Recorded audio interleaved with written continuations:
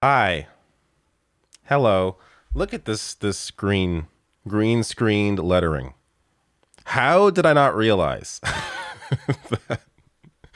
that my lettering was green and it would impact the green screen? But it is what it is. Oh, look at this. Just so happens I have a mug here. There's a merch store. Did I link to below the video? I don't think I did anything. What am I doing with my life? TheRationalNational.com/merch. Very simple. Very simple. In fact, I will update it right now. How about that? So we are doing this new podcast. One second. I'm doing this new podcast. All right. Link looks correct. Okay. Saving. All right. It should now show up if you refresh the page. All right. So if you want merch, by the way, yes.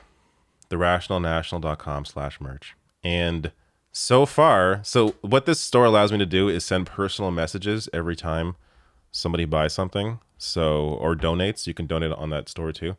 So I've been sending personal video messages to every single person. I got to catch up for today's, but up till yesterday, everybody gets one. So if you want a personal message from me, there you go. But anyways, yeah, we're doing this podcast, Leftist Mafia. How about that? A little tongue in cheek, of course. And starting at about 8:30, so in about 10 minutes, all the people that will be on the show are below the video. You can see right there. Why am I looking at myself on screen? I just want to make sure I didn't forget anybody. So we got Mike, Humanist Report, Lance from the Surfs, Illuminati, Matt Binder, and Olayemi Olurin. And my understanding is that, depending on the week, there'll be different people in. It's not always going to be the same people, but I think this is like the general crew. But I'm not going to be here every week, but I might. I don't know. I'm not doing much on Thursday nights. The baby's in bed, so I don't have to worry about too much. But I'll be streaming it here. Lance will be streaming it from the service. He'll be streaming it on Twitch. I think others may be streaming it as well. I think whoever has a YouTube channel and does streaming, like Mike may be streaming it as well on his channel. I don't know. But I will be streaming it here every week as long as I'm on the episode. But that's that. And I'm not even really sure what we're going to talk about. So it's just, this is like, we had a good time last time doing the election coverage. That was kind of why we decided to continue these discussions. So we will see. And, oh, I just got a notification. Somebody just donated on the store. Thank you so much, Ali Reza. There you go. Everybody gets actually, I'll send you a personal message probably tomorrow. But there you go. Cool stuff. So Blair's streaming it at 8:30. Yeah, so it actually starts at 8:30. I just wanted to get ahead of it, so I made sure all the technology was properly set up beforehand. It may look nicer on Lance's stream just because I think he'll likely have graphics. I'm just gonna have the Skype call up like I did during the election, but whatever. I'll be chatting as well where possible, when possible. But that's it. So how about Kanye? Maybe that will come up tonight. I don't know. Let me grab some of these chats here. Speaking of which, Portugal plays tomorrow morning. I'll be watching. Yeah, Anna Kasparian was on Aaron Brown today. I may be on tomorrow. I'm not. Don't quote me. But I think I'm still on for tomorrow.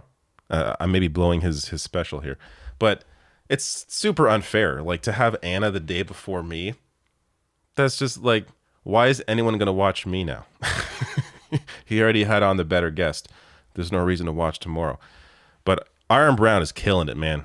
That dude is hilarious. And finally, I'm glad he's getting the recognition he deserves. I really should have had him on the show at some point. I just don't have many interviews.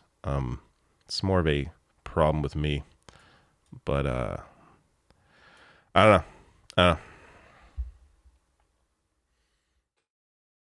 Kanye's the only, Zero Vortex says Kanye's the only dude that made Alex Jones look sane in comparison. I wouldn't give Jones that much credit, but I know what you're saying. He just didn't know what to he didn't know what to say.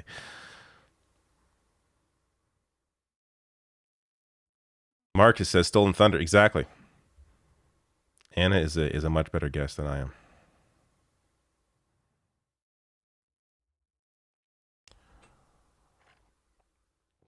Riley says Binder mentioned the show on MR today. He did. I actually started watching a bit of that before I came on here. I tried to catch up, see what people are talking about. So, is the chat here? The chat's here. Okay. I'm looking at my Skype right now. So once I get called, I will go to a little be right back, and then whenever we are all ready, I'll come back with the stream. Yes, that's right. Forza Portugal. Damn right.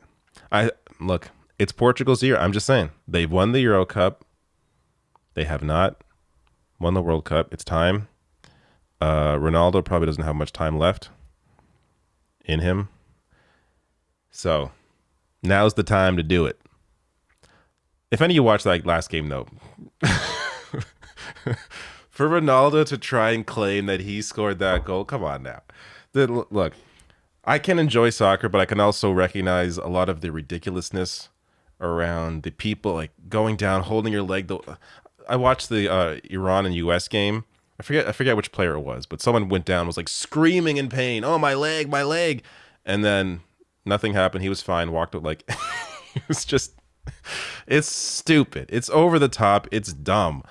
And I really can't think of any other sports that have, like, look, all sports have their issues, but man, if that shit, if anyone in hockey did that, No team would hire them. They would be outcasted from the league if they went down and faked an injury so blatantly like that. That I'm sure it's happened, but the amount of times it's happened in soccer is just it's stupid. Omar says, "How do you feel about Arby's?" I have actually never had Arby's in my entire life, so I could not tell you. And I have no roast beef is not one of the best beefs, in my opinion. I don't know, and I don't eat beef anymore anyway. So now that there's no beef for me, there's no reason to go there. Would they ever offer fake beef? I feel like that'd be against Arby's, against their rules, but I don't know. Oh, John, thank you so much. It's called Soccer USA USA. I actually prefer calling it football, but yeah, I mean, not to I rather just call it soccer and let us not be confused, because if I start saying football, then half you think I'm talking about American football when I'm not. But it just makes more sense in that case to say soccer. How old is Ronaldo? I think he's my age, like mid to late 30s, I think. How are you enjoying Xenoblade Chronicles 3, David? I only got 5 minutes in. I will get back to it at some point. I got to tell you though, the voice acting did not do it for me. I was immediately turned off by the voice acting. I'm sure I get used to it. It gets better, but I had just come off of playing Triangle Strategy, which I think has really good voice acting. And it just, I don't know. I was sort of lost. It almost felt like I should have watched a sort of recap of 1 and 2, because I'm not going to play, I don't have time to play games that are 200 hours each or 100 hours each before I play this one. So maybe I'll watch a recap of the first two so I have some idea of what the hell's going on. But right now I'm playing, because I've beat God of War. Got a platinum in God of War. Yes, thank you. Thank you. Is there an applause here somewhere? That's the wrong one. They calling me stupid. When you have rational national There we go. That's right. Platinum, God of War. Spoiler alert, my game of the year is God of War. It was Triangle Strategy, but after beating God of War and platinuming it, I'm surprised how much more I like it than the first game, even though I love the first game as well. But this Ragnarok is freaking fantastic. The amount of effort they put into just the side content alone and the story around that. No spoilers. The whole game's amazing. Definitely, I mean, if you got a PS4 or PS5, you have to play it. So damn good. He's playing games while streaming. God, that's a good idea. I should do that. But no, I won't. No, that wouldn't be fair. I won't be doing that. I imagine at some point soon, I imagine this is getting ready. All right. It looks like we are prepping shortly to start this. Tony says, why do libertarianism, and by the way, I forgot again if you're Tony or Tony, I apologize. Says, what do libertarianism and football have in common? They mean different things in the U.S. versus the rest of the world. And in both cases, the American version is inferior. That's funny. Loic says, Dave, can you maybe address the insanity in Alberta? I have not been paying enough attention. I saw something about them wanting to basically be their own country or some shit. Guys, there's too much news, right? Like, there's too much happening. So when it comes to other provinces, I generally don't pay too much attention. I did cover BC recently when they pushed out that environmentalist socialist from the NDP race that she was probably going to win if she wasn't pushed out. So I'll cover shit like that directly impacts the left. But when it comes to right-wing people being crazy, there's only so much crazy I can take. And Kanye right now is taking up enough of the space for me to, I lack the energy needed to properly cover all the insanity and everywhere. Don't forget the first 2 super chats. Did I miss 2? YouTube doesn't always, again, YouTube and viewer activity is not showing me. Here we go. Thank you. Thank you for saying that. Ryan says, would you ever collaborate with Breaking Points? I've been on Kyle and Crystal's show. Breaking Points. Soccer has got issues. I have no interest. John says it's called Soccer. I read that already. I must have missed. I think there was one more. Daniel So says mental health is not an excuse for being racist. I completely agree. Like a lot of people suffer from mental health issues, and they're not hateful bigots. You can't, say that's the reason. So yeah. All right. And again, thank you, Ryan, for mentioning the super chats that I missed. I don't know how I missed those. All right, I think we're starting soon. Oh, it says join call. All right, I will be right back. I think this is my problem now.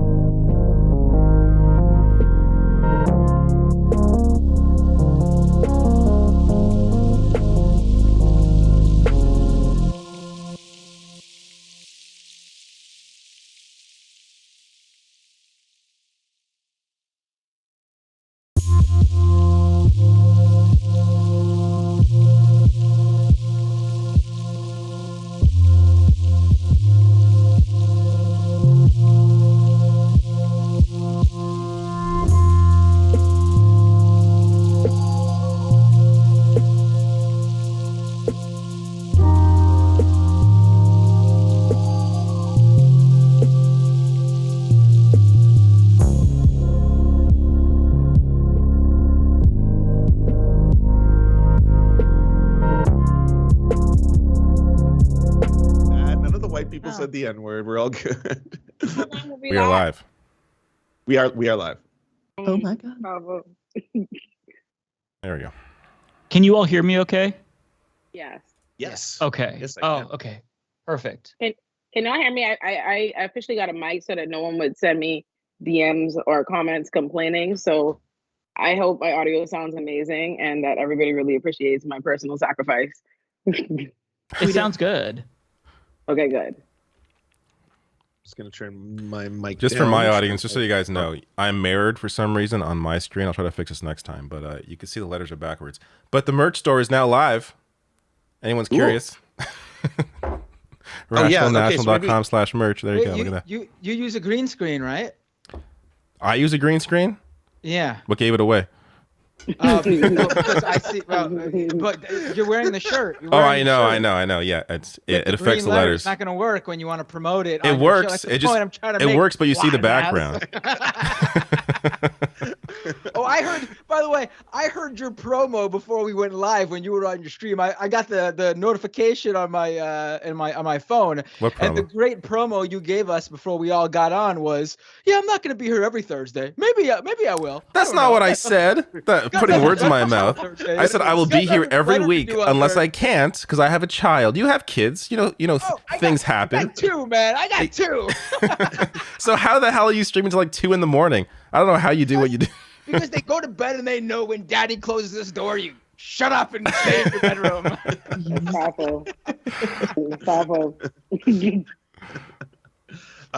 So I was gonna say something. I was thinking what a fun idea might be in these. We don't even know what this is yet. Just that we have fun, like hanging out, shooting shit, talking politics, getting fucked up, all those good things in life. I was going to say a funny routine might be, because we're playing into the memes. We're saying leftist mafia, talking about the woke mob, canceling all those stuff, using those words that the right wingers, conservatives always say about the left.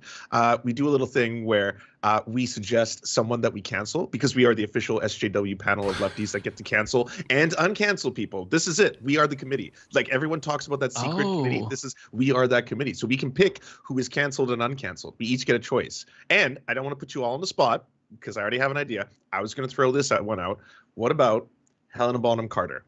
Because, and here's my justification, she's gone full turf, which really sucks. And it seems like every British person either has to pick one side or the other. They can be awesome and not be turfs, or they can be turfs. Seems like Helena Bonham Carter has gone down that road. Also weird that both the villains, Bellatrix Lestrange and Voldemort, have both turned out to be transphobes. So, yeah. What? Wait, I thought Voldemort too?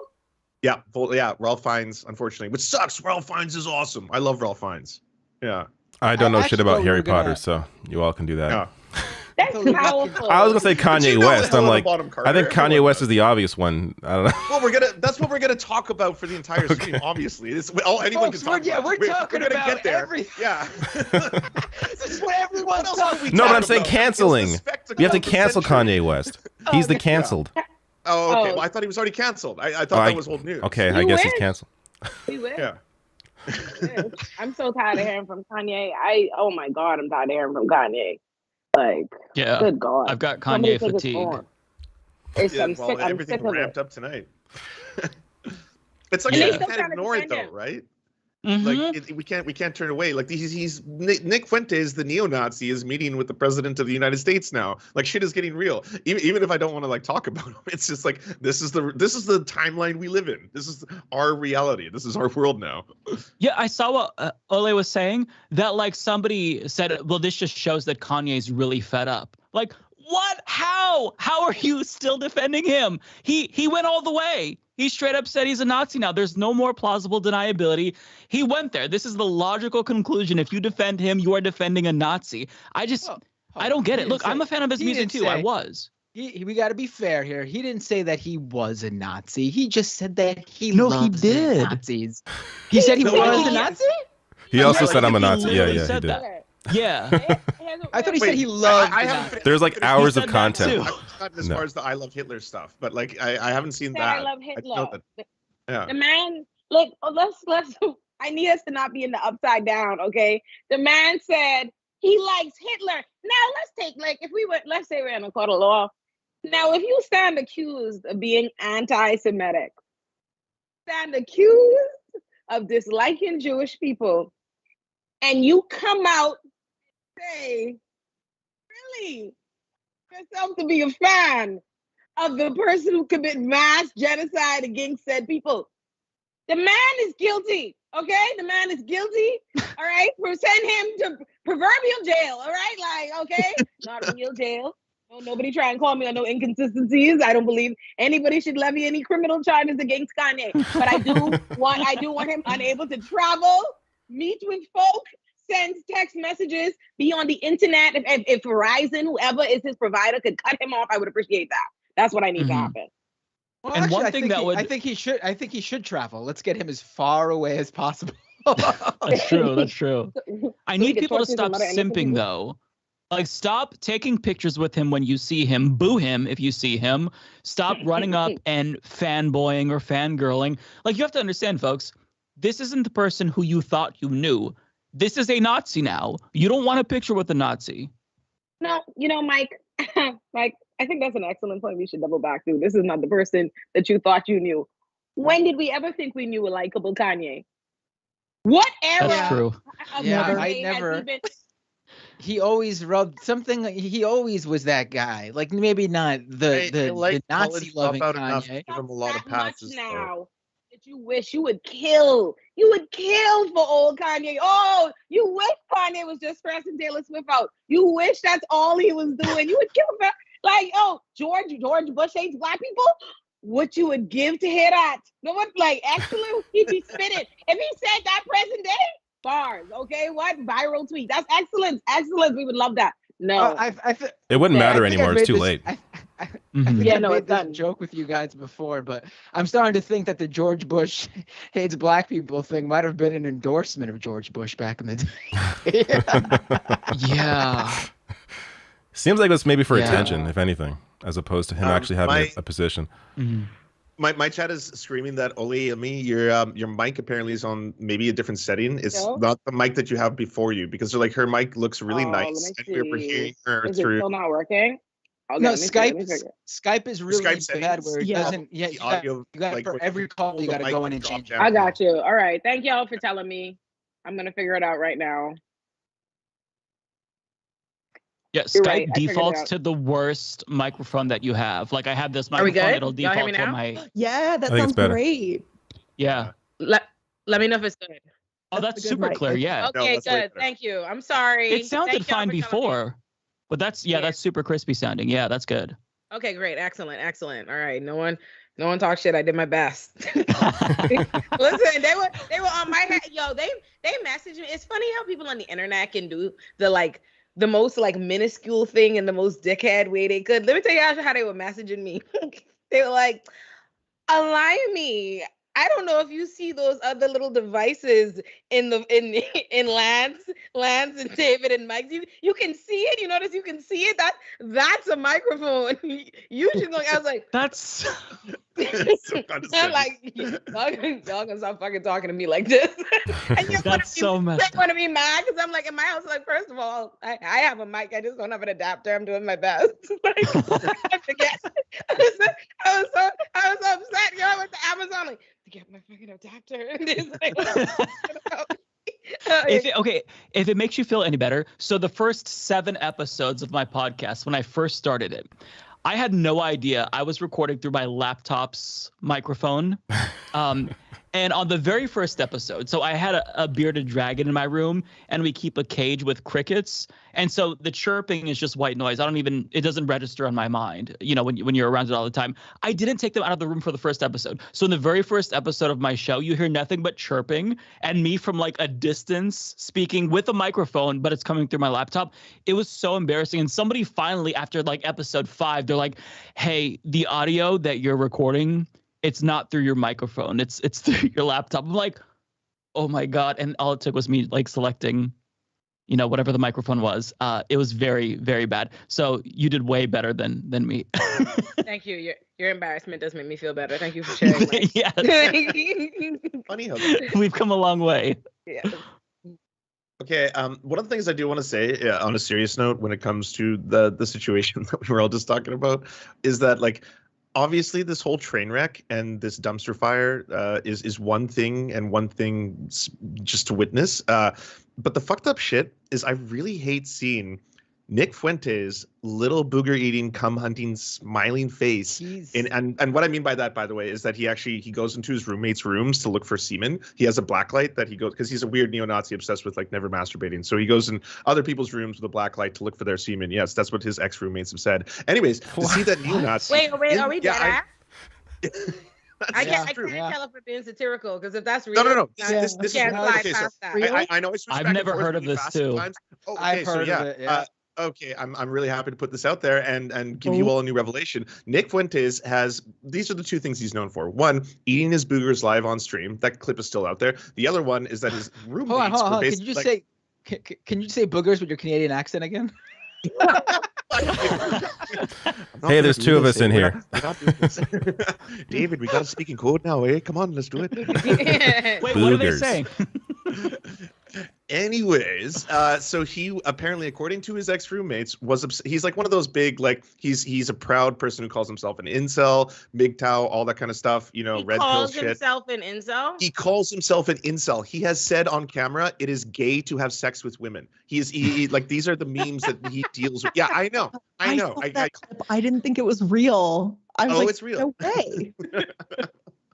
I grow wary. Like, I don't understand how someone like this, with all this video of them out there being like just eating your boogers on camera alone, like how does that not automatically just destroy his ability to have an audience, to gain any following? Like how does he go from eating his boogers to hanging out with Kanye West? Like how does that? It's Alex so Jones. The like answer is he goes Alex up Jones. in his career from doing this shit. Yeah. But that's the part that scares me, David, is that like fun and games aside, like Nick Fuentes would never be on Jimmy Kimmel. He's a bit on Jimmy Kimmel now. He's on like the normies know about him. Like the fucking people who never, like, you know, your parents probably would have never known about him. He's becoming a household name thanks to and this, that's the because destructive again, thing. yeah, Yeah. they're smart enough to take advantage of this situation, to be like, holy fuck, this is one of the most prolific artists of all time. This is one of the most powerful black men in America. Like, let's use this opportunity now to raise our profiles in ways we never could before. That's the scary. Oh, That's- he's loving every minute of it. There's a clip, the clip on Alex Jones' show where Kanye specifically says how he loves what Hitler did. There's a wide shot where you see Nick Fuentes, and this really like stuck with me. Like Alex Jones is sitting there going like, "This is happening on my show," and Kanye is doing this thing with his whole mask, his mask on, face covered. So the only face you really that has like a giant like glow on it is Nick Fuentes sitting there, huge smile on his face as Kanye saying this, nodding along, and I'm just like, that little piece of shit. Like, he's loving every minute of this. This is exactly like, he didn't plan this, but everything he has done has led him to this moment. It has, the universe has somehow worked out in the favor of Nick Fuentes. And the thing is, make no mistake, these people do plan to find celebrities and use them for their causes. Like, that's true on both sides of the aisle, right? As they find celebrities and public figures that you think that have a platform, that are willing to support your messaging, and they align with them. Like, that happens on, like, make no mistake, that's very real. So it's not, you know, they're able to capitalize on it because they were always prepared to capitalize on it so quickly in the first place. And the thing, and this is actually evidence of why it's so destructive. Like, people like to engage in this silly conversation about whether or not, you know, Kanye is actually an anti-Semite, already believes it. Like, someone quote tweeted me today on my video saying, you know, if you've been supporting Kanye up until this point, refusing to believe that he's spewing anti-Semitism and he's a white supremacist, you should feel stupid, and do you? And someone was like, oh, you know, y'all are ridiculous. Y'all think he's really anti-Semite. He's just saying things to push back on cancel culture. First of all, that's fucking stupid. But beyond that, let's just say I accept the premise, right? Let's say I accept that premise that he is.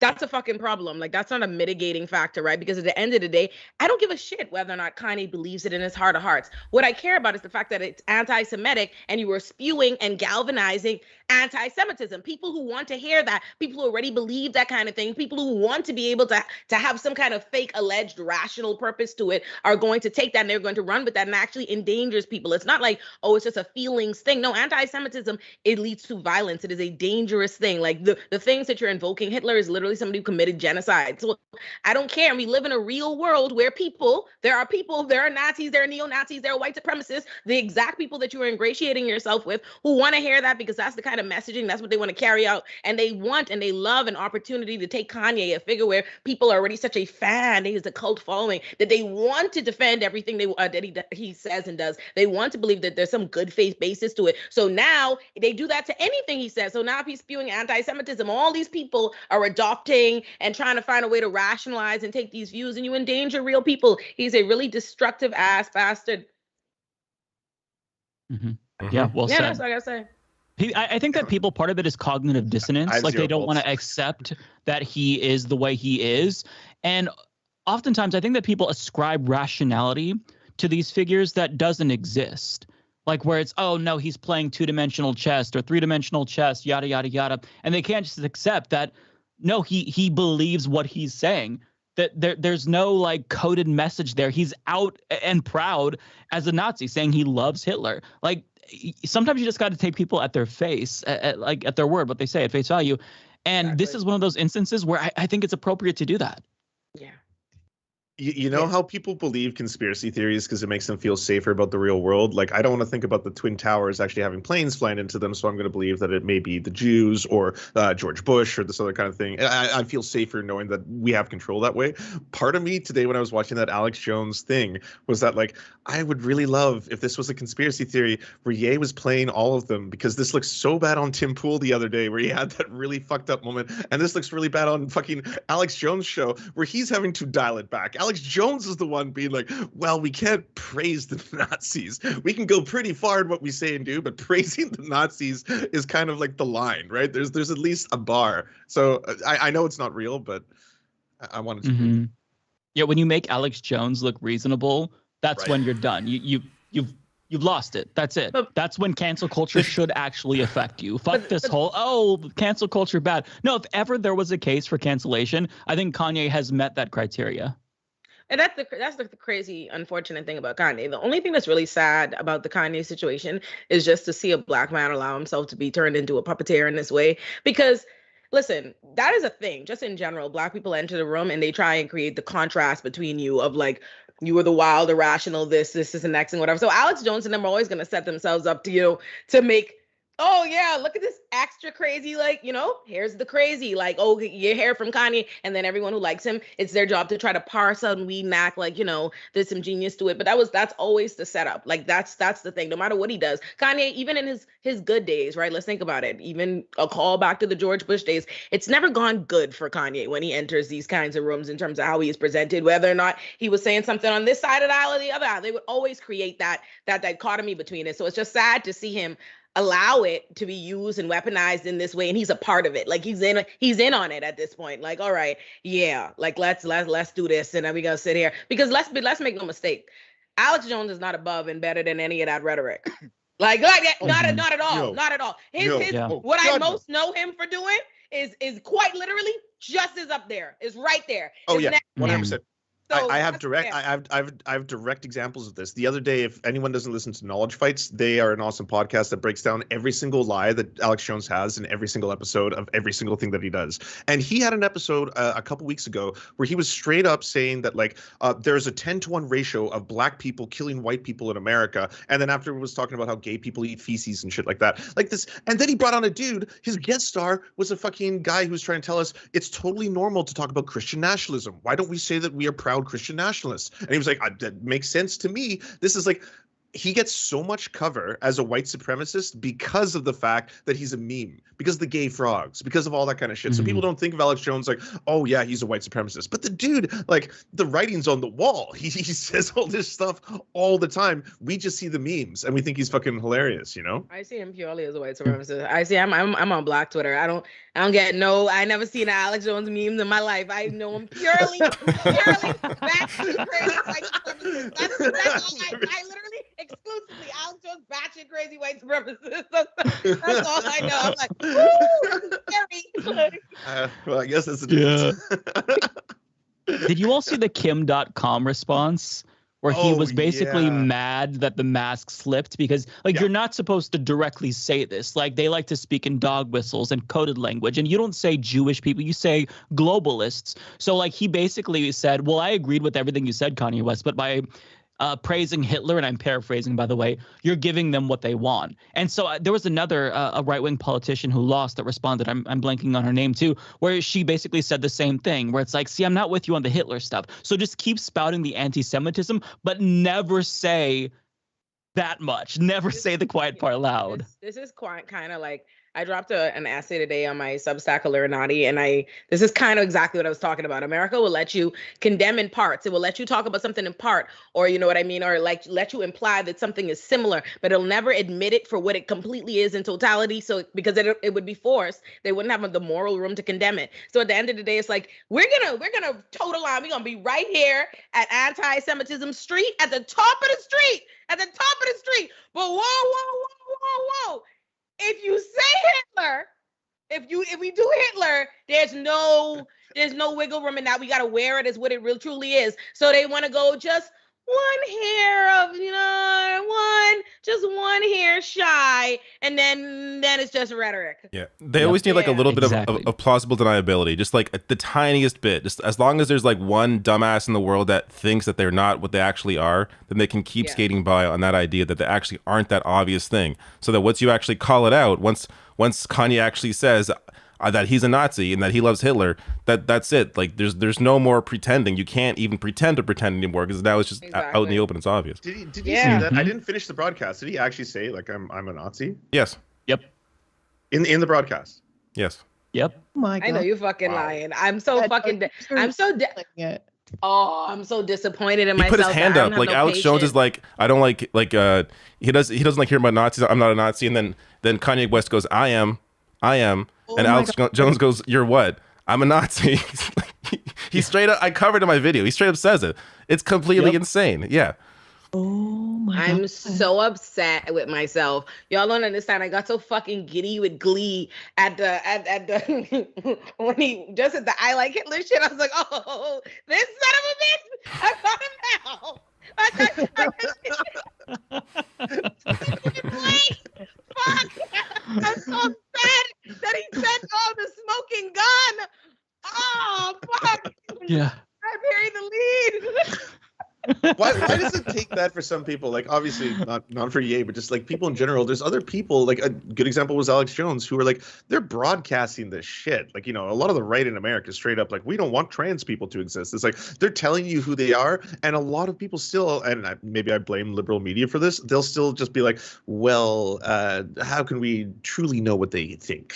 What do they desire? Like, is there any way of truly, like, it's like, no, they're broadcasting this shit. They're trying to pass it through legislation. They're trying to limit the autonomy of women. That's like, they're doing the things right now that they're like, you should see them for what they are, kind of stuff, They're banning books. It's all there.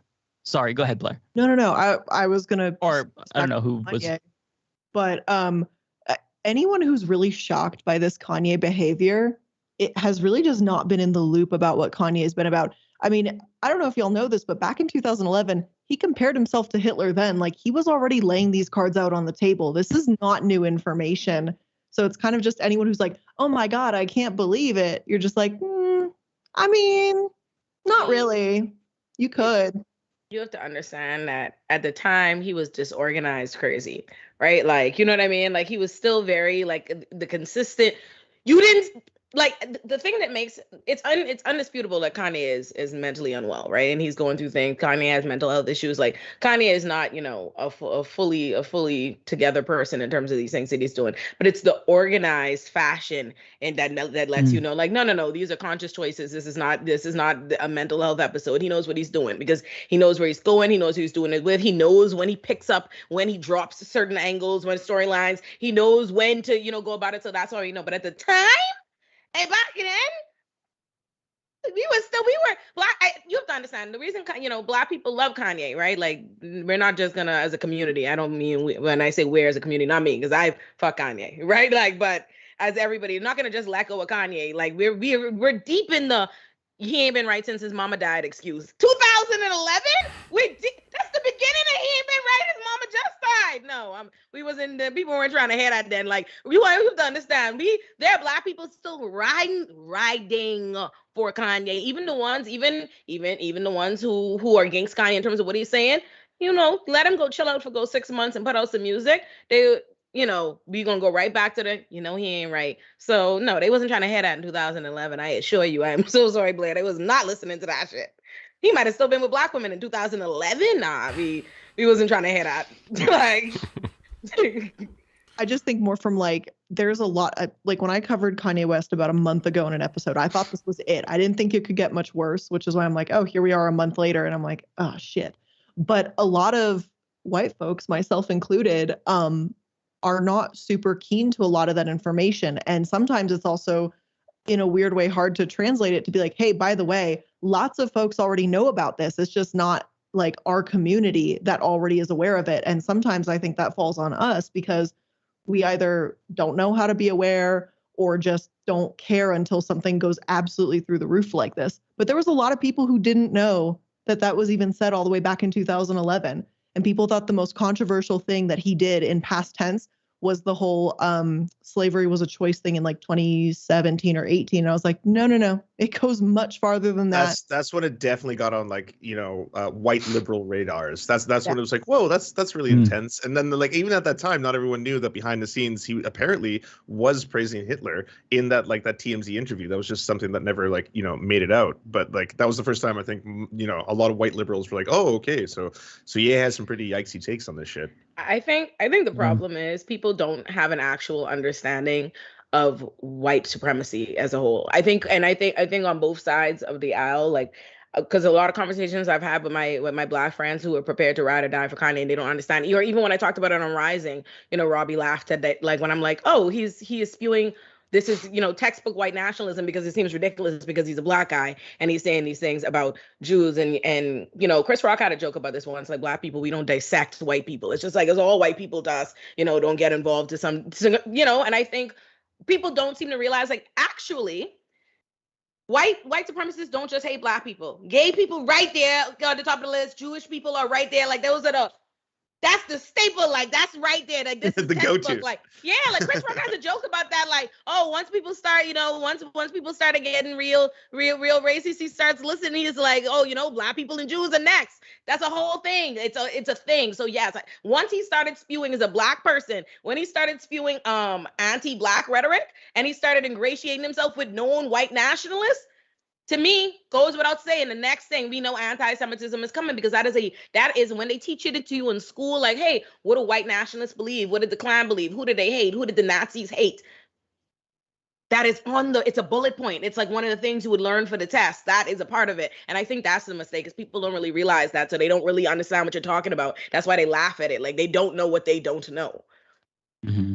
Yeah. Online, there's a lot of overlap with misogyny as well. Like there's you can see this intersection between a lot of the like men's rights, MGTOW, red pill communities, the Andrew Tates, all that kind of like, oh God, we got to fit, you got to be a big fucking top G, all that shit crossing over with like actual alt-right neo-Nazi shit too, where it's just like a lot of disrespect towards women, misogyny overlaps with this, and these communities can find similar beliefs and stuff in the same circles, which also really fucking sucks because it's also so popular. Like the thing that I hate is that like the Andrew Andrew Tate's and before he was like, banned off social media, all these motherfuckers get so promoted by algorithms on YouTube and other shit because this stuff sells. It keeps eyeballs on it. People want to watch controversial shit, edgy shit. And if you got a guy going on there, or so like, it's like Ye's being racist.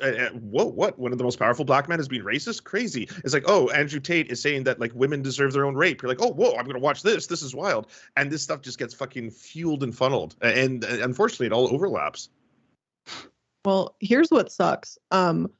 If Kanye West was a woman, he would have already been put into a conservatorship for these antics. But because he's a man, we say that he's just a misguided genius. And I think that's a bit fucked. I've never heard that take before. I mean, I have heard that there would be a certain difference for sure. I'm not going to push back on that at all. No, it definitely would have already been done. Yeah, it definitely would have already been very done. True. Very true. I did see though that there's something in the works of some sort. Whether it happens or not, I don't know. But it definitely would have already been done. You're right about that. Mm-hmm. Yeah, especially with like that powerful family. Like think of the Kardashians. Think of the overlaps between those different groups and all that kind of stuff. Yeah. I mean, yeah, like compare him to Britney Spears.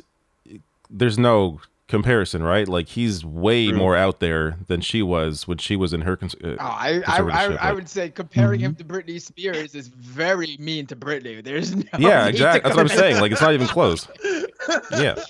Britney Spears is on Instagram just posting topless photos or whatever, and which she does not deserve to be compared to. No. Yeah, I think the thing with Britney more than just like because there's some intersectionality of a few things, right? Because white woman, different thing. Like there's so much to unpack there, right? White woman, black man, all these different things. This is a huge can.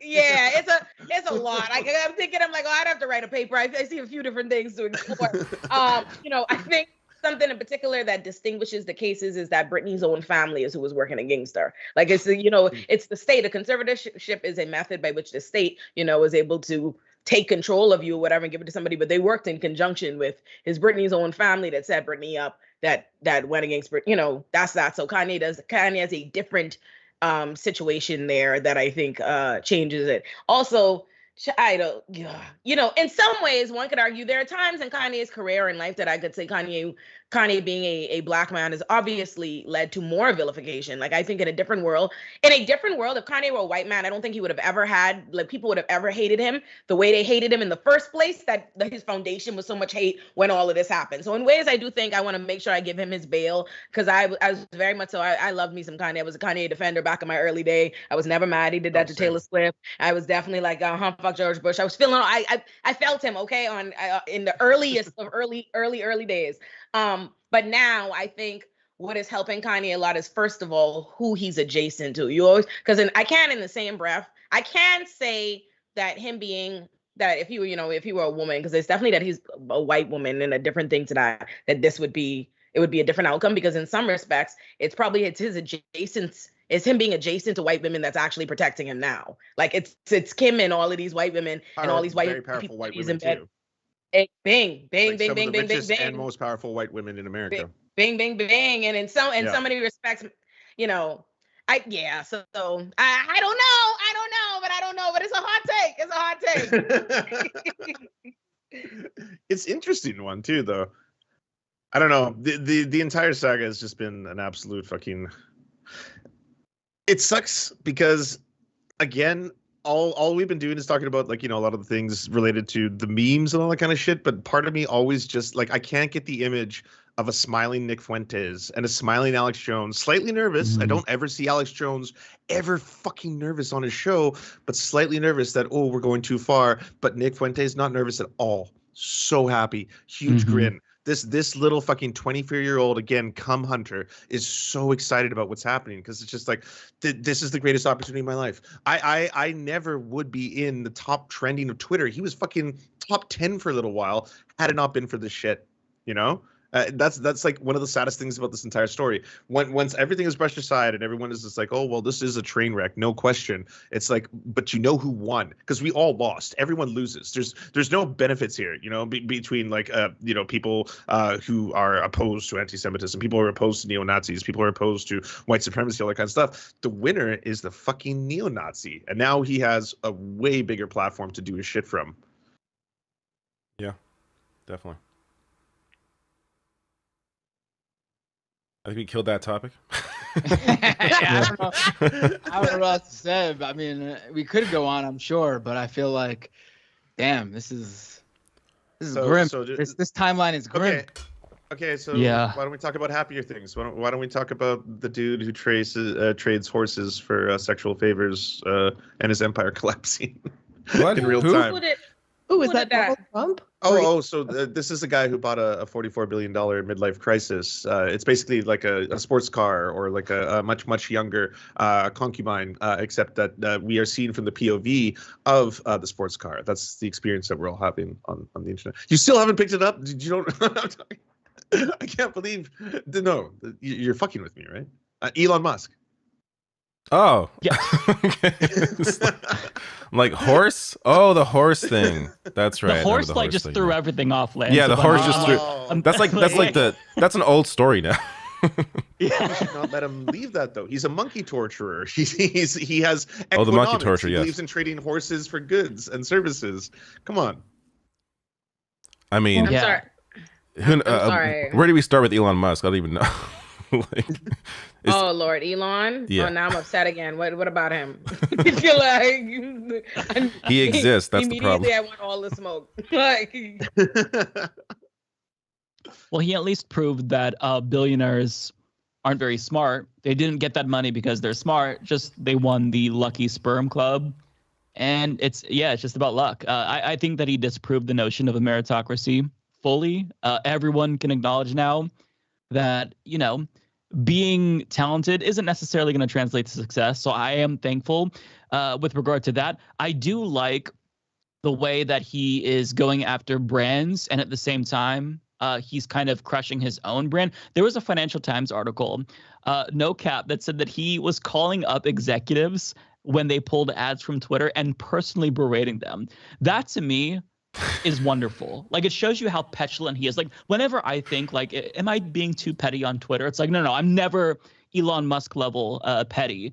So it just, you can look to people like Elon Musk, and even if he may have a lot of money, that doesn't mean that he's intelligent. That doesn't directly translate into like being a good person or more valuable. He's just a dumbass. And that's what the Elon Chronicles has proven to me.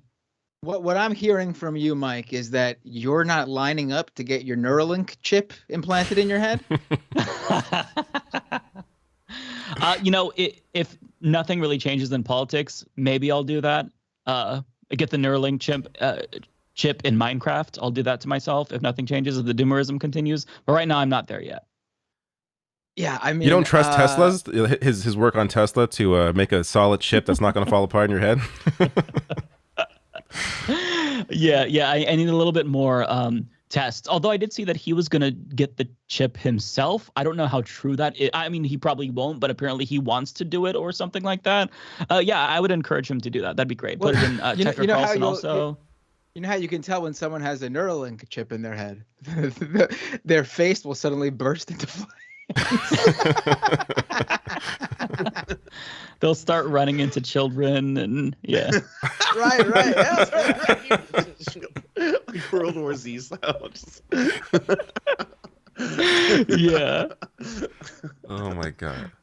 Yeah, I was also curious. I don't want to change the subject if you all want to stay on Elon Musk. No, but go did you all nuts. see- There's no so rules. This whole thing is to say we're figuring Free out for as we all. go along. Okay. So I discovered something that I'm for some reason fascinated with. Spider-Man is real. There is a pro-life Spider-Man, and I saw he was on Tucker Carlson, and he scales buildings to get out the message that abortion bad. And it's something I don't even know where to begin with the story. I talked about it on my Twitch stream, and he offered Tucker Carlson to go with him climbing. Tucker Carlson unfortunately rejected that, but yeah, he doesn't have any gear. He scales buildings, and he's trying to raise money for like this anti-abortion fund. So and he looks like Peter Parker, kind of like a Peter Parker type. A fucking loser. You see why we have to, you see why you have to shame people? Like I'm not like bullying is important. No, whoa, thank you. I'm so glad you said it. I was on the tip of my tongue. I was like, woo! You're trying to say, you just gotta admit it. Yeah, it's important sometimes. Like, what the, you're a fucking, and you know, like, you're a loser, bro. Like, we have to actually talk. Like, I gotta write something about the politics of loserdom. Like, you're a fucking loser. That's what these people really are. That whole side of the aisle, like, they are the corniest, wackest, losers, loud. The Ben Shapiro. Look at these people. You're scaling at your big age with your big self. What are you doing? You're fucking scaling walls, like to get the fucking message. Pro-life doesn't need awareness. Like, what do you think? You think people don't know? What the fuck? What are you? That's true, to raise awareness, just so people know about this cause they've never heard of before. Whoa, it's Spider-Man. Whoa, that reminds me. Birth. Man. And then they tell their stories about how they was treated in school because they like anime. Liars. Y'all are fucking losers. It wasn't the anime. It was you. It was you doing shit like this. Like, what are you talking about? How you even combine those notions? And he thought that shit was hot shit. He was announcing somebody like, mommy, wait. I guess I'm about to fuck him up with this one. And he's like, what if I took Spider-Man? Take it. Abortion. Like, what? A loser. Well, and the meme is already pre-planned, right? Like, there's gonna be a meme. It claims to be pro-life, dies, falls off of a building. Like, that kept running through my head. Wow. Fucking Peter Parker, like yeah, like he has the Spider-Man logo on his back, and so you can Google it. And yeah, he's on his back, like tattooed. It's like he was wearing a shirt, and he's scaling. Yeah, and he was high up. Like, if he were to fall, that's it. So it's not a very pro-life thing to do, but he's doing it. And you know what's crazy about that? Let me tell you how you're a fucking loser. I hate to say it. And this is no slander. This is no slander to Spider-Man. Spider-Man does not deserve the strays he's about to catch. I just want to let the record reflect. I have the most respect for Spider-Man. Nobody send me any messages. I'm not disrespecting Spider-Man, but he wasn't the most popular man, was he? Like, I'm like, true. People are fucking going crazy for Spider-Man. Spider-Man himself. So think about the kind of person that watches Spider-Man. Like, Spider-Man is what he emulates to be level cool. Spider-Man is a man who's literally super and still cannot be just regular school popular. Like, nobody fucks with Spider-Man has about 2 friends and 1 bitch. Like, that's it. That's all he got. And this man was watching that like, oh, if I could be like this boy one day. Like, he's relatable. That's why it's relatable. It's the coolest part of the movie where he catches lunch. In fact, like, 2 friends is the goal for a lot of us. He catches a bunch of lunch. And you're like, whoa, he really showed them. He caught the lunch. But I love how this is going to totally lead to an anti-SJW Avengers where, like, Turf Thor is next, because this dude is going to make the rounds. He was already on Tucker Carlson. He's going to go on, Tim Pool's. So there's going to be, like, other variations of, like, the superhero where there's, like, I don't know, some anti-Semite Thanos. Like, they're all going to form together. Thanos. Like, just it's gonna happen. I'm tempted to YouTube it. Like, I want to see it, but I also don't want to fuck my algorithm up. Like, you know what I mean? Like, is he successful, Mike? Like, is he actually raising money? Like, is his goal? Is he successful in whatever he's doing? I don't know if he is successful. It seems like he recently just got on the radar because there were a couple of articles written about him. Okay. And so then Tucker picked it up. I have a video coming out on my channel on Saturday. It's just like a Twitch clip where if you don't want the bad stuff to get on your algorithm, you could watch mine. And I just run through the interview, and it's just, it's kind of what you'd expect when you think of like a Republican Spider-Man. And I don't know. I just Republican Spider-Man is powerful. Yeah. Like, something I never thought of. Like, just like it's just so ridiculous. Like, this side of the aisle is just so fucking ridiculous, son. And like Mhm. they always, and I hate being in a world where I'm supposed to take these people seriously. Like, I'm the problem because I'm not like, you know what I mean? Like, and you know what I'm saying? And those would be the kind of people that will curse me out in the comments for not thinking that this is some serious shit. Like Republican Spider-Man are the kind of people who would tell me my nails and my hair are distracting them from the serious thing. Really? Oh, Like, gosh. these your people? Like, these are the kind of people you like. Republican Spider-Man, sir, you are a real boy. that is a fiction. What are you doing, bro? What are you doing? Like, I don't want to hear anything from you. I can't respect nothing from the minds of anybody who even is having a serious conversation with him. Tucker Carlson's so goddamn stupid. Mhm. Tucker Carlson not even gonna go to regular hell. Like, he gonna go to a place special for stupid people. Just stupid ass people. People whose major sin was running amok with stupidity all across the universe. So I can say, you know what? I got something special for you to say. Like, by your fucking self. Because clearly you can't have company in hell. You don't know how to act. He could be around hell talking shit. Like, stupidness. So I Okay, decided, Varela- I do feel like Spider-Man. go ahead. Sorry. Go ahead. I decided to look into him because I wanted to see what he's actually supporting because he's got these click here to donate buttons on his website, which is really his website's so well put together if you check it out, by the way. So I wanted to see who he's donating to, and he's donating to a recent charity that was essentially established in 2019 called Let Them Live. And they don't show up on Charity Navigator. And usually when a charity doesn't show up, it's because they can't hit $1 million worth of donations in a year.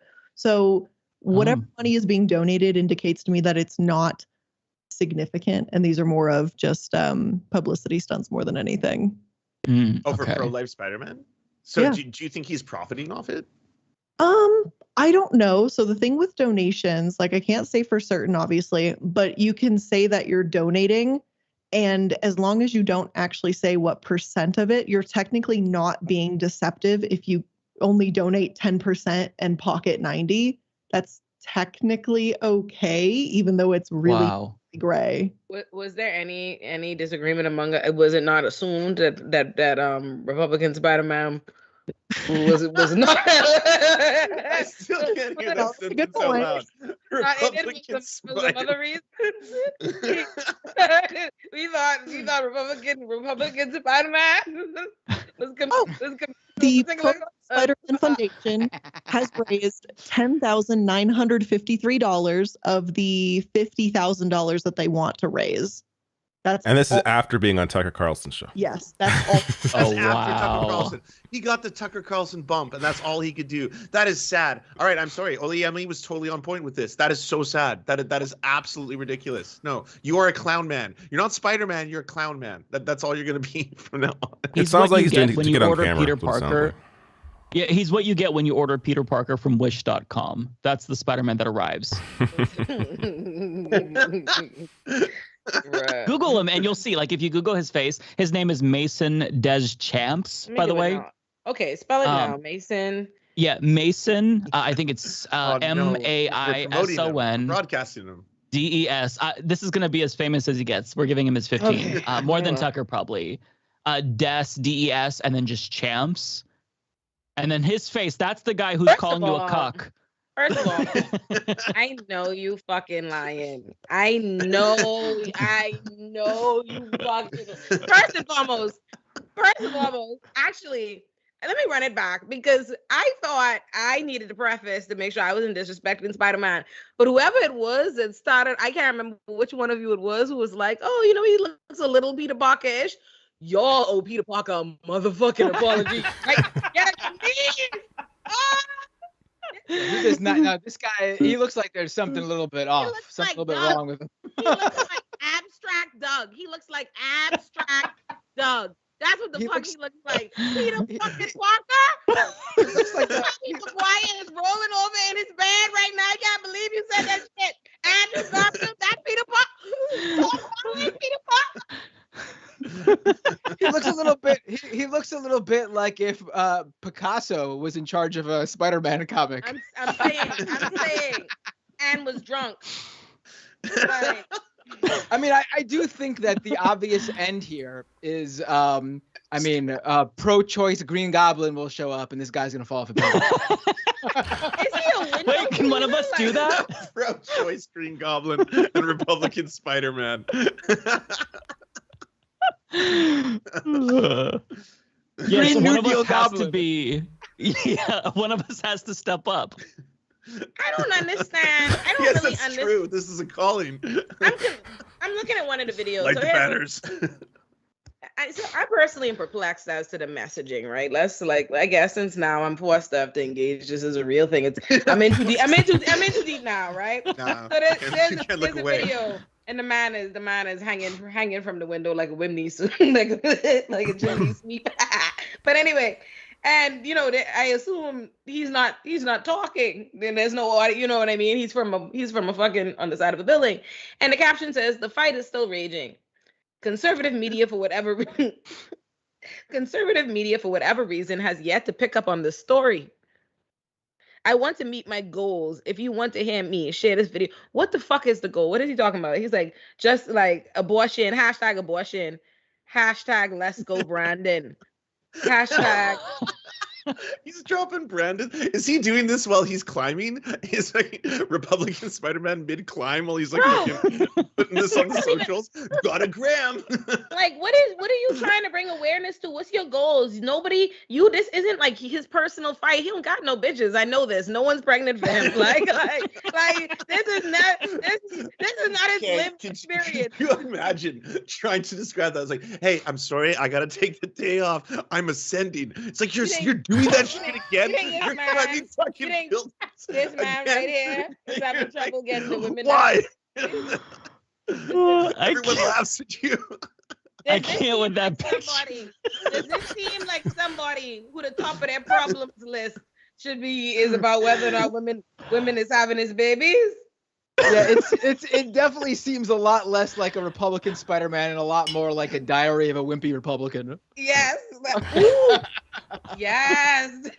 He do look like that automation. I feel like I'm bullying a middle school kid right now, but it's also warranted. Like he probably hasn't been bullied or like told by his parents to stop. So maybe we're like that parental figure in a way. This is how I'm rationalizing just being a dick to someone, but I kind of feel like it's deserved. It's just it's so bizarre. It's weird because like the amount of effort and dedication it takes to be able to scale a building like that takes work, right? Like so he dedicated himself to be able to free climb, and he's this fucking stupid. Like it's just so it's just so bizarre to me. Like if you have that in you to be able to do something that is so impressive, scale a building, that's impressive, but then you're also a hateful piece of shit and you're a moron. You can't get laid and you scale buildings. Like that's some fucked up shit. Like if that's crazy to me. Hold on, I'm gonna cry. They I'm already almost crying and I haven't even seen it. arrested him.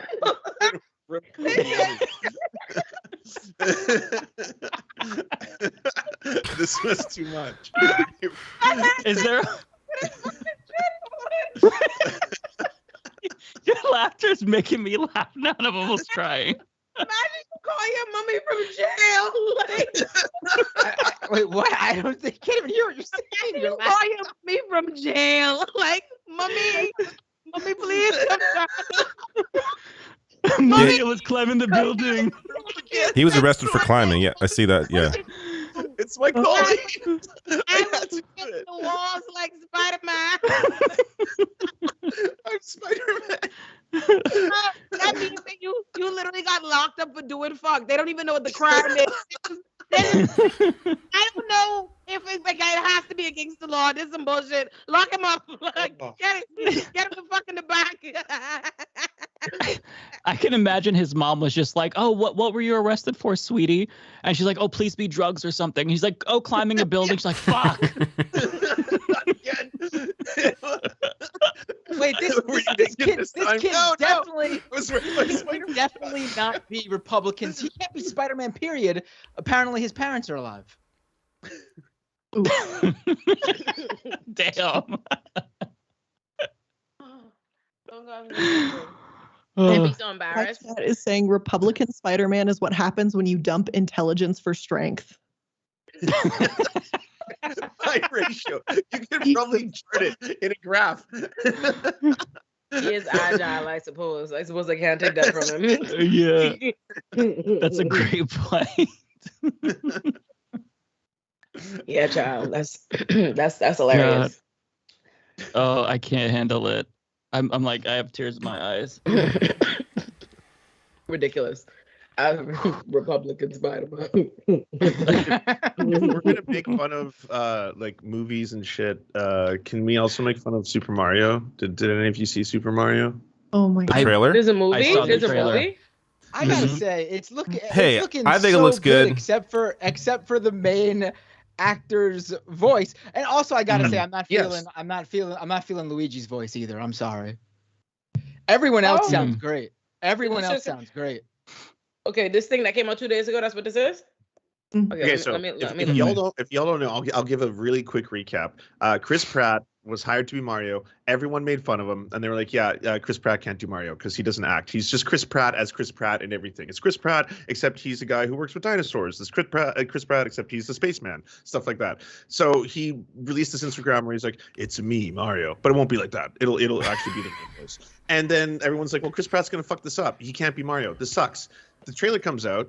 And obviously, it's just Chris Pratt, except now he's doing a weird half Chris Pratt, half Brooklyn accent, where he's like, "Whoa, Luigi, get over here!" You know, shit like that. Like, Like, what is this? Mushroom That's right. Kingdom, here we come. Like that's the accent. Get about it. That didn't sound so bad. If he sounded like that throughout the whole movie, maybe I would like it a little bit more. But it seems like he somehow only sounds good doing that one line. But did Well- any of you watch the French or Portuguese I was just gonna dub? say that. Because Yes, they my got good voice word, actors for those. Yeah, that's Mario. You know, it's like, "Ha Luigi," and you're like, "Whoa!" out of nowhere. Okay. I so I'm wonder gonna though, watch like French 90 dub. minutes of hearing, "Ha, woo, woo, woo," like, wouldn't that get annoying? Like, That's like true. Chris That Pratt's would voice tire me out. isn't great, but I don't think it's like it's not going to get in the way. Like it's fine. It's serviceable. I think Jack Black as Bowser is going to carry that movie. Oh no, he Mhm. crushes it. Like- In fact, I think it's hilarious that Jack Black did so well, considering how bad Chris Pratt has done. Because it juxtaposes. Like Jack Black has a passion for this shit. He's like, "I love this franchise. I'm gonna be Bowser. I'm gonna give this for my children. I am Bowser." And it's like, whoa. And you're like, whoa, okay, all right, Jack Black, you crushed it, no question. I mean, it's tough. Like there's, because if you have the Mario voice, like that high pitched Mario voice for 90 minutes in a speaking role in a movie, I don't think that lands. Like that's got to be annoying. So there it has to be toned down a little bit. I'm sure there's a better version out there in the world than Chris Pratt's, but it's not so. Like I think my feeling is the writing is going to carry the movie. It's going to be good enough. It's going to be, I think, a fairly good animated film. It's not going to, I think, blow people away, but I think it'll be good enough. I'm excited for it. I mean, that's just my opinion. I'll watch it. Yeah, for sure. I'm looking forward to Chris Pratt's Mario scale the Mushroom Kingdom castle in order to raise money for pro-life causes. And that's what we call a throwback. Republican Mario, baby. Republican. I mean, to be fair, Mario probably would be Doctors, here Republican. we come. Mario was supposed to be played by like an Italian American. No, they didn't. They didn't feel no kind of way about that. Isn't Mario ain't there? Matt Binder, But are you Italian? nobody felt Do we have an Italian on the panel? I am It's Italian. Mario. You're part Jewish, I am right? both Italian and Jewish, so I am very relevant on this episode. So let's go. That's true. You are the intersection. We found the intersection. So they didn't feel no kind of way. Like Mario, no one had any pushback on those grounds. I don't get in white people business generally, so I missed this controversy. but I feel like if it were me, if Mario was Canadian, this would be a problem. Like I feel like it's not giving that Chris Pratt. It just feels very random, very. I watched. It sounds like Chris. Yeah, Pratt. a lot of anti-Italian racism just passes in this world, doesn't it? Just allowed all the time. Fredophobia. We don't tolerate Fredophobia on the show, by the way. I just hope you know. Somebody man. thought that I was Italian. Roller Dragon says, "Isn't Mike Italian?" I'm Portuguese. Portuguese. You're- So am I I. could see, I could see that. Yeah. Because your last name, I could guess that. I could see that. I could I'm see half people Portuguese, feeling so we're Portuguese brothers You're there. half Portuguese. Yeah, we I are. didn't know Yeah. that. Oh wow. What's the other half? White. I was just about to say. I was like, The oh, witch look of the at whites. that. There's a lot of whites to I go don't- around. My grandparents were born here. That's like if you go really back, it's like I think English, French, but I had no connection to that. Lots of white stuff over there. Blair, I just be staring at your thing because like there's no way for me to know how you're reacting, and I'm just like, let me look at this little eye and see if it give me something.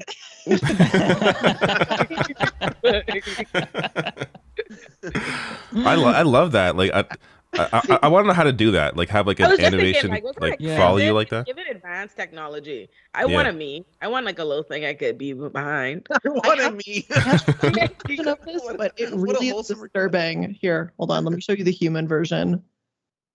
Oh my god, A Oh little, wow. you can just change. yeah. So, I prefer to be a pyramid. Yeah. That's sweet. You'd be a pyramid. It's like a scary. That's like, cool. Yes, I like you as a pyramid. Yeah, that's Yeah, it's very like Spawn. fancy. It's like Spawncast where they have Nate who doesn't show his face, but he has like a little. It kind of looks like marshmallow. I don't know what it is. It's like a X. Like he has like an avatar, and it's pretty cool. But people have seen your face before, though, Blair. Oh yeah, absolutely. My face isn't Okay. like super hidden. I just like, I mean, like today I have makeup and my hair done and stuff, so it wouldn't matter. But I'm just like, most of the time I'm just lazy. My I don't makeup's put normally makeup- done, but I didn't do it today. I had intended to be cute for this, but then I was busy. Yeah, but with you another- look so fabulous. I don't think you understand, Miss Thing. I The flattery. actual dumpster fire, like without makeup. Like I need it. I'm old white. Okay. There, my whole Not a chat is bold saying, one. was that the face reveal? My chat's asking. It's like they're like, is this the official face reveal? Is this the first time? Oh, I mean, maybe for that, like, I guess VTuber probably. I think I've used it once before and it freaked out my chat, so I've just never used it since. It freaked out my chat. The regular face. That's hilarious. I never thought about that. Like hiding one's face. That would be lit, probably. I feel like if I Do you could not, go do back, you not know about I that would whole do section that. of the internet? Yeah. Really? You would do that? That like okay, I so would, this is a yeah. massive thing. Oh yeah, I mean, I don't know if you know this, but like it's a big thing on the internet to have like VTubers. Like they are like, and they're in right now. Like VTubers are so popular on YouTube. It's like VTuber. like virtual YouTubers. Like that's what Blair is. It's people who Yeah. don't actually ever show their real face, but they do like animated avatars that like do motion tracking to do that kind of stuff because for a variety of reasons, and they're exploding online. Yeah. I can't. The only reason I can't be a part of that is because I need to be able to call people pussy, like respectfully, like on Twitter. You know what I mean? Like that's you like, lose that power. like that's my overnight. bag. Yeah, that's my bag. Like what?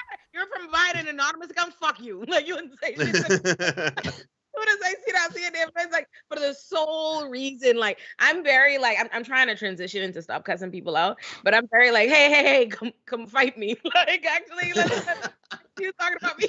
Come fight me.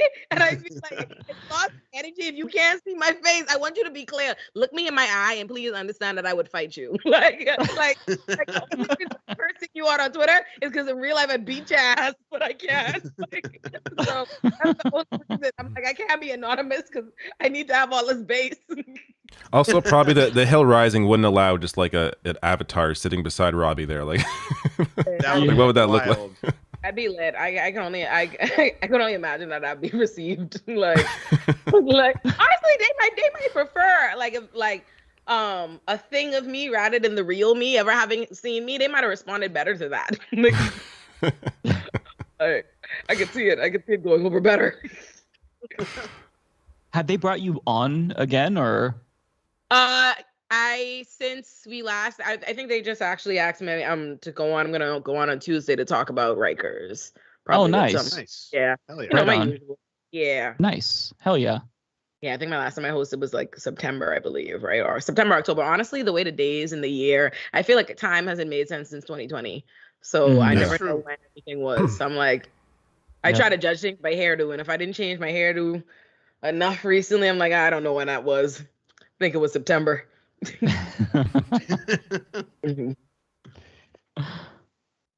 Lance, what do you have? Well, I was gonna ask, should we actually talk about that? Should you? Because we haven't really talked about anything serious. I feel for the last little while. Should we get you to I plug know you the? fucking lying. Kanye must have just tweeted. Did y'all see this? Yay 24, love everyone. Look at this. Oh my god. What? I know. Listen, Hold up. I know you fucking lying. Wow. Oh my I also God. saw earlier that he tweeted out, I assume this was Nick Fuentes, but he tweeted out about the Gripers and then linked to Nick Fuentes' Cozy TV on his official account. I'm like, this is fucked. Shit. Yeah, this is so fucked. You are giving neo-Nazis so much power. It's unbelievable. And one of the things that I was doing on my show not too long ago was like trying to go through the history of when white supremacy in America especially was really, really starting to ramp up. There was this amazing alliance between Black communities and Jewish communities where like a lot of people don't know this, but MLK during that infamous speech that every Republican likes to fuck up and talk about like, oh, this is what it really meant kind of shit. The opener for that was a rabbi. There was an alliance between both Jewish communities and Black communities at that time because they were facing white supremacy. And then it was like they were banding together. The only people who benefit from Jewish people and Black people fighting each other is white supremacists. That's it. That's it. On God. That's on the God. only one. Yes. On God. First of all, and this is my thing. This whole, as a general rule, and I want to say this, there are obviously the Black people who love Kanye so much that they are, embracing foolishness. But for the vast majority, recognize that this is nonsense, and also recognize that this is revisionist history, all this stuff they're trying to say between Jewish and Black people. Everybody knows Jewish and Black people are cool. Like this is just give me a break with it. Come on. We know it. And it's like even beyond just like historical facts, right? Because we know that there have always traditionally been an alliance between those communities. But even just pop culture, even on our pop culture, we've referenced that. You watch Girlfriends, Tony's husband is Jewish. You know what I mean? And they talk about that. Like it's in that. It's a thing. It's a well-known thing. So it's just ridiculous to see them trying to switch up now and suggest that there isn't this kind of communal alliance between the two, and unfortunately the thing that people forget, the whole purpose, I was saying, they think these aren't on face value, they don't think they're harmful tropes. They're like, oh, this whole Jewish people run the world thing. I'm like, bro, listen to me.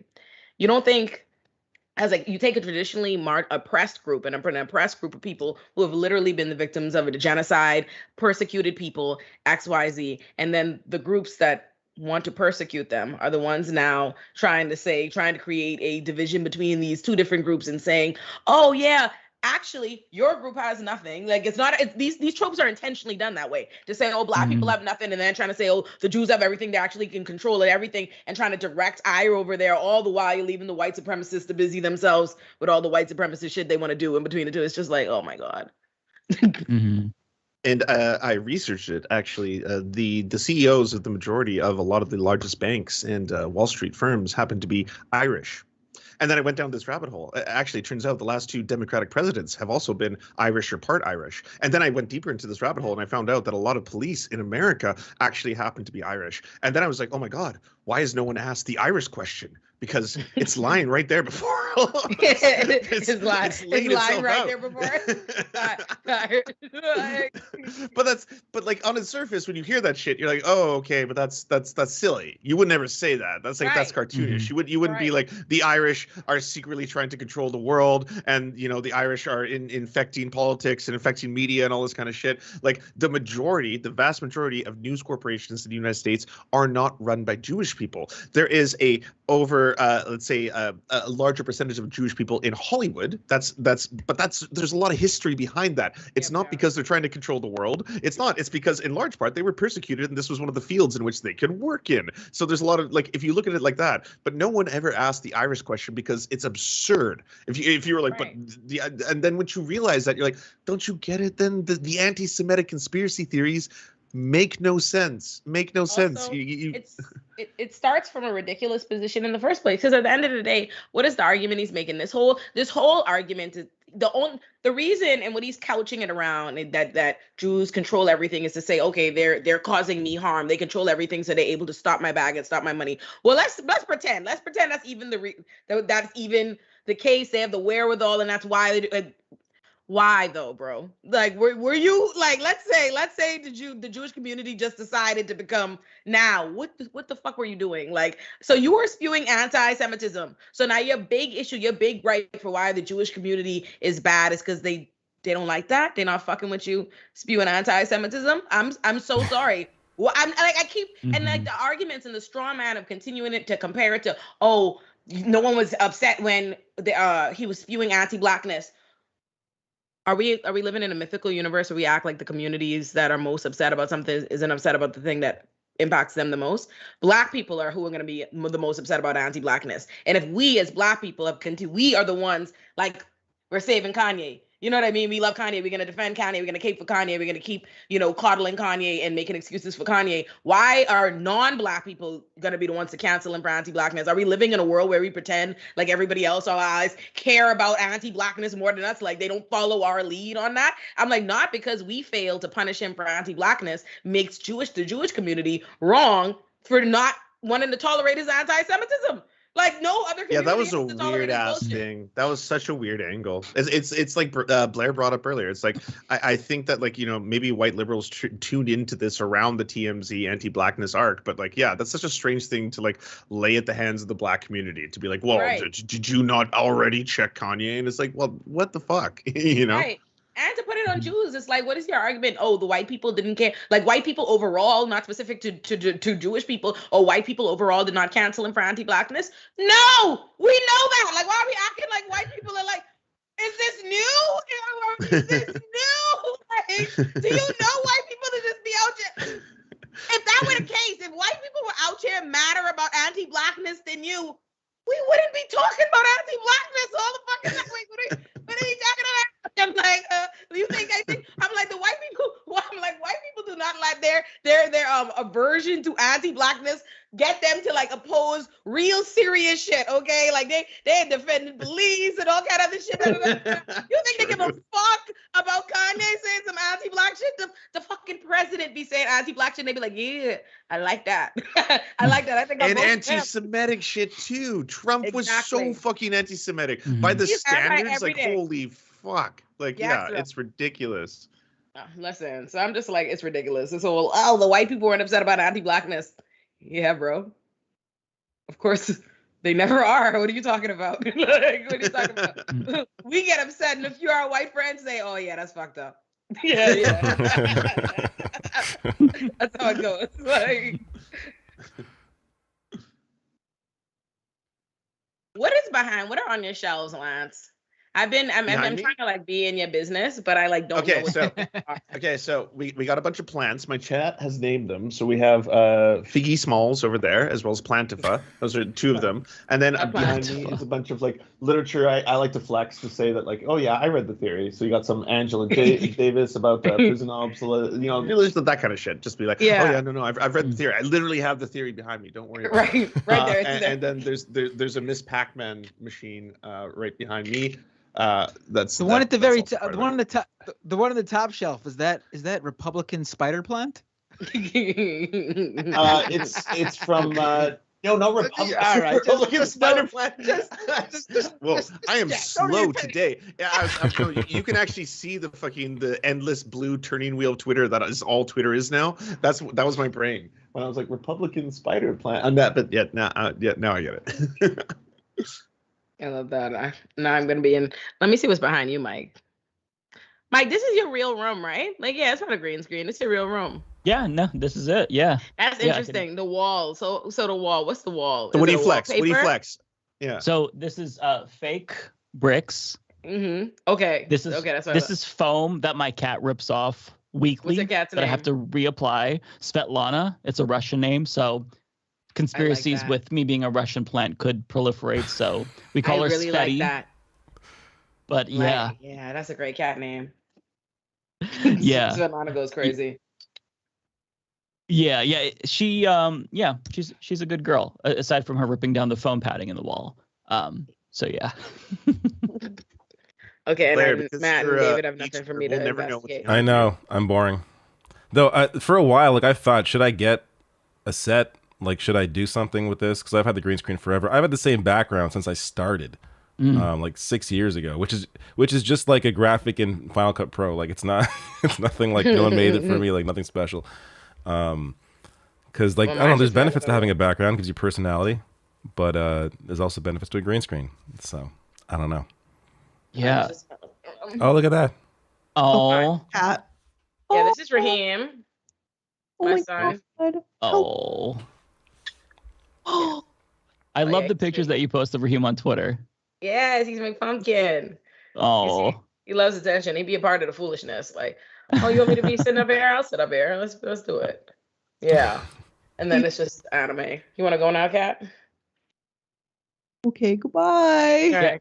He's like, Matt "Yeah, has sit a by green your foot." screen too, right? I'm not using it right now though. Yeah. Oh, so it's just like usually I do. okay. That's just my It's Okay. actually in a white background. Oh, okay. Oh, okay. I wasn't sure if it was like a green screen, but like turned white. No, I'm just in a very my studio is a like a walk-in closet. So there's not Oh, okay. there's nowhere to put any shelves or anything. Mhm. It's literally just the room, and then I have the green screen, so you can't tell I'm just in this small room. Mhm. I just living room it up. Like I'm just relying on my art, on my anime to carry me as my couch. Like, oh yeah, that'll give me. It's a good vibes. backdrop. I like it. Yeah, no, it's like, that's really good vibes. Piccolo, Yamcha, Bulma, Vegeta, and When I was making the that intro to the Leftist Mafia, I was asking Olayemi, I was like, hey, do you have a character, maybe like DBZ or something? That was my suggestion, by the way, that you want to have. And you were like, what is it? Frieza or Vegeta? And it doesn't Vegeta, work. Vegeta. You can't do Frieza. face swap on cartoon. It was too scary. Oh.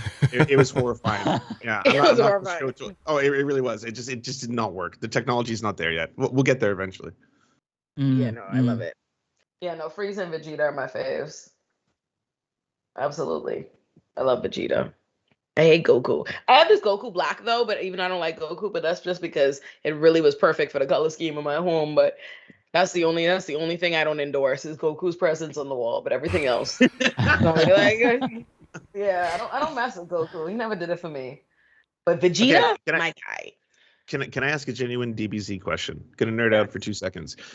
Did you not find that series was just an endless cycle of, hey, there's the worst possible entity or force about to destroy everything. It arrived. It has now weakened all of us, but not killed us. We must level up. We level up, and now our numbers go up. It's over 9,000. And then we defeat that entity and rinse and repeat over and over and over. Or we maybe collect the Dragon Balls, and then we wish for the dragon to defeat the entity, but then someone kills the dragon or something like that. But like it was just like that endlessly, over and over and over. I just one person's opinion.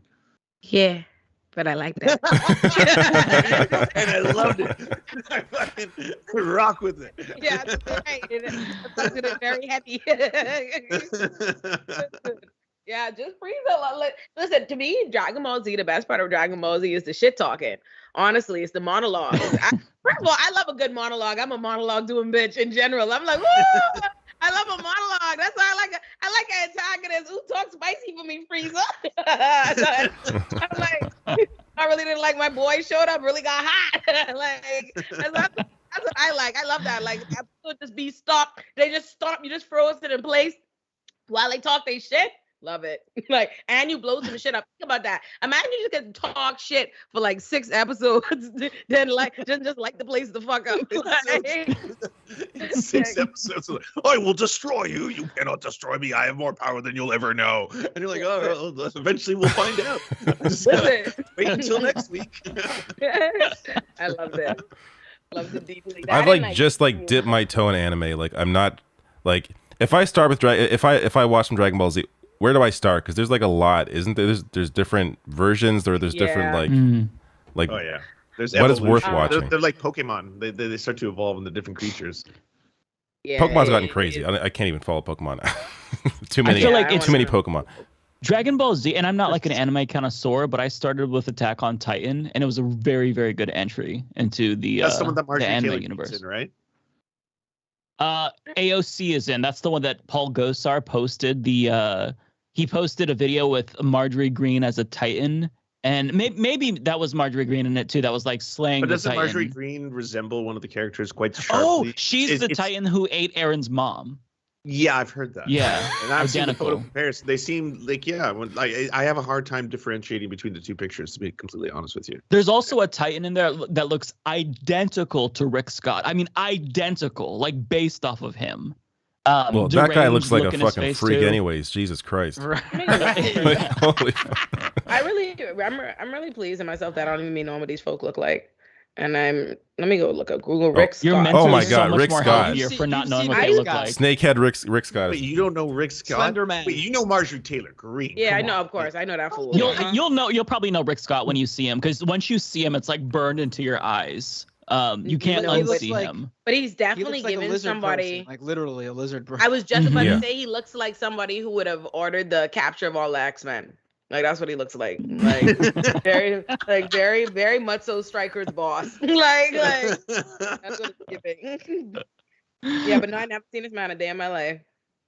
Like Rick Scott and Mitch McConnell, I think probably the two craziest looking people in Congress. That's a powerful. Oh my that's- God! that's a- Somebody just you think posted so? a I picture in the think chat Let me see. of the Titan who ate Aaron's mom and Marjorie Taylor Greene. Let me see who posted it. That. Oh, shit. Oh my God! It's Optimism. You've got to click on. It is on- actually pretty striking, to be honest It's with you. it's horrifying. There's a lot of there's probably a mathematical equation that determines how close these two images are to each other right now. She ate Aaron's mom. I gotta bring this up for my viewers here. This is freaking hilarious. Yeah, totally. It's 1-to-1, right? Oh my God. Yeah, David, you got to wicked. start with Attack on Titan. It's so good that I even read the manga, and I've never read manga before. Well, but I had to I've finish watched it. some anime. Ever? I'm not completely fresh on it. Like I've watched Oh, okay. a few animes, but in terms of like, because I was thinking about watching Dragon Ball Z, but I didn't know where to start with that in particular because there's, I don't know, there's a lot there. Go Dragon Ball. If you're gonna Dragon Ball. start, like, if you want to do it and like truly, I mean, I personally, it might be at this point in my life, I'm not starting all the way. But if you want to do it, I say start at Dragon Ball.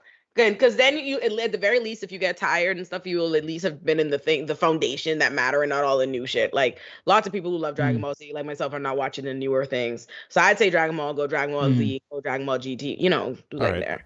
I'll look into I that. heard that Dragon Ball Z Super is like not nearly as good as Dragon Ball Z. Yeah, see, yeah, like new. I haven't seen it though, but Yeah, new stuff don't just be, they be new. yeah, it's the nostalgia probably too. But yeah. Oh, somebody says Super is Munyu. How's it going, Munyu? Says Super is best. Sorry. Oh. I've never heard Berserk. that before. Super. is Berserk best. is supposed to come to Netflix. I hope we get it in the US. Super is good. Okay, so maybe I misheard that. I wonder who said Super was bad. Maybe it was Progressive Voice that told me that Super was bad. If so, then blame him for the misinformation. He's the one who told me it, and I'm just parroting it. I haven't seen it, so That guy's full of lies. yes, blame Progressive full of Voice. Actually, No, he's a good guy. okay. All right, I'll be right back in 1 second. Sweet, I'm hosted now. What else is going on, guys?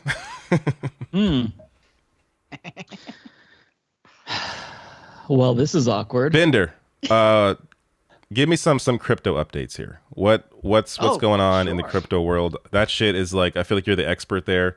I recommend your channel, your podcast to people whenever I cover crypto stuff.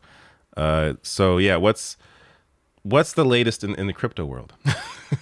Sure. Latest Well, controversy. obviously this FTX story has been all over the news. That's it. That's been the crypto story. I mean, there's multiple tentacles here going into this with tons of companies and tokens and projects obviously feeling the pain of the FTX crash, which is affecting everything. But that's been it. FTX. That's been the main story. For people who don't know, FTX was one of the biggest crypto exchanges in the world.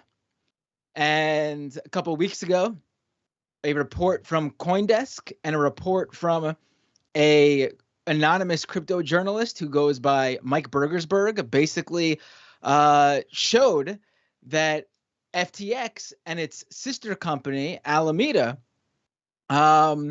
were basically insolvent. They got, both of these reporters got a look at Alameda's books and looked at what they are actually holding, and they found out that these companies that the overarching FTX company, which was raising money, valuing it at something like how much was it valued at? Tens of billions, if not over $100 billion, if I'm correct, if I'm remembering correctly. This company that was valued at these billions of dollars actually had no liquidity. It was all their riches were all in worthless tokens that if they actually tried to sell, there was nowhere near the amount they claimed to have was there. In fact, one of the things they tried to sell off to keep the company going, which was one of their biggest non-crypto assets, was $400 million in Robinhood stocks. Like, that was what the company was built upon. So once this report came out, the CEO of the largest crypto exchange, Binance, decided that they were going to sell off all of their holdings of FTX's own crypto token, FTT. And when they did that and announced they were going to do that, a ton of people in the crypto space said to themselves, holy shit, if Binance is, liquidating their FTT holdings because they don't believe FTX is long for this world, we got to get our money the fuck out of FTX ASAP. So within something like a 2-day period, like $6 billion were moved off of FTX. And so FTX was fucked. And so they tried to raise Sam Bankman-Fried is the founder and CEO of FTX. People are familiar with him because he has, over the years, FTX was just founded in 2019. Sam Bankman-Fried was this tech wonder kid story of this under 30-year-old creating this huge crypto exchange in just a few years worth billions of dollars. He himself quickly was on one of the richest, the richest people list. He was worth tens of billions, if not more, for that time. And so, the whole FTX came crashing down. They actually reached out to Binance at first to see if they could do a deal. Binance announced that they were going to basically bail out FTX. They were going to buy it up. And so everyone was like, oh, whew, this is all saved. But then Binance also added an addendum that this is tentative based on, a due diligence investigation. Less than 24 hours later, Binance comes out and says, we did our due diligence. This company's beyond fucked. We can't help here. So they decided not to buy FTX. So FTX had nothing to do then, but to declare bankruptcy. They owe something like at least something like $10 billion to creditors. They do not have that at all. Sam Bankman-Fried, who was again reportedly one of the richest, on the richest people alive list, is now claiming he has about $100,000 left to his name. He's been, this whole company was apparently run by 10 roommates in the Bahamas. That has come out. The whole thing is just a mess. This was literally one of the biggest crypto companies. Sam Bankman-Fried was donating to all these Democrats and Republicans, trying to make himself like the major crypto player. He was involved in pushing various different crypto legislation. And, you had people talking him up, and here we are. He's basically sitting in the Bahamas waiting to find out what happens to him. The media is absolutely failing in covering his story.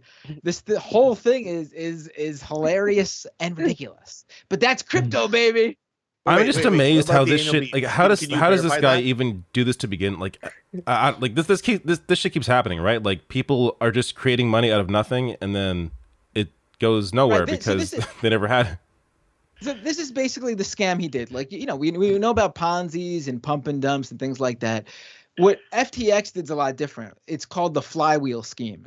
And basically what you do is you, for example, say you're creating your own token. I'm starting a company, and all of a sudden I'm making Binder token. and I decide to, let's say, hold, let's say 60-70% of Binder token for myself. And then I, tell some investors that, oh, you could get in early, you can buy in really cheap, and then you release maybe like 10% to them, and they buy it up super cheap. So they're buying up hundreds of millions, if not billions, of this token, and that's 10% there. I'm holding 70%. And then you actually put the the other 20% on the market. Now that 20% is where the actual money is coming in. So that is basically how that token is fluctuating, because that's where the money's actually coming from. So people buy in, retail investors are buying up the token. So it goes from, like, let's say 50 cents to $1, $2, $3, $4, $5, $6. People are buying. This is going to be a huge Binder token's going to be big, people. And so all of a sudden you got this token with nothing backing it. It's worthless. But because people are buying it up and, like, the tulip craze, all of a sudden this token is worth $20. Now, only 10%, 20% of that token was actually bought for $20, $20 each, or, some people got in for cheaper, but they're the people who spent the money on it. But I can now say, oh, I was holding 70% of that. Each of those tokens I hold now valued at $20, baby. Doesn't matter that no one actually bought that, each of those tokens that I'm holding for $20. That's what the token's valued at now. I'm a billionaire. And I go out to investors. I go out to, the VCs, and I go, hey, I'm sitting on a multi-billion-dollar company. We are worth that. Look how much our token's worth. This is going to be big. They give me money. Oh, all of a sudden I got liquid cash from these VCs. What am I going to do with this liquid cash? Well, that's basically the flywheel scheme, the whole token thing. But then it continues where they get the VC money, and then all of a sudden, oh, we're going to buy, they treat it like it's revenue. And at the same time, if you're running an exchange, they're treating, like Sam Bankman-Fried was doing. He was treating his retail investors, like regular people who are depositing it at FTX, he was treating their money as revenue. And instead of, like holding it or backing it or putting it in investments with, like how banks do or things like that, he was taking that money and sending it to Alameda, the sister company that was the hedge fund, to wildly speculate. And, he was basically gambling with his customers' money. This is completely unregulated. There's nothing to stop this.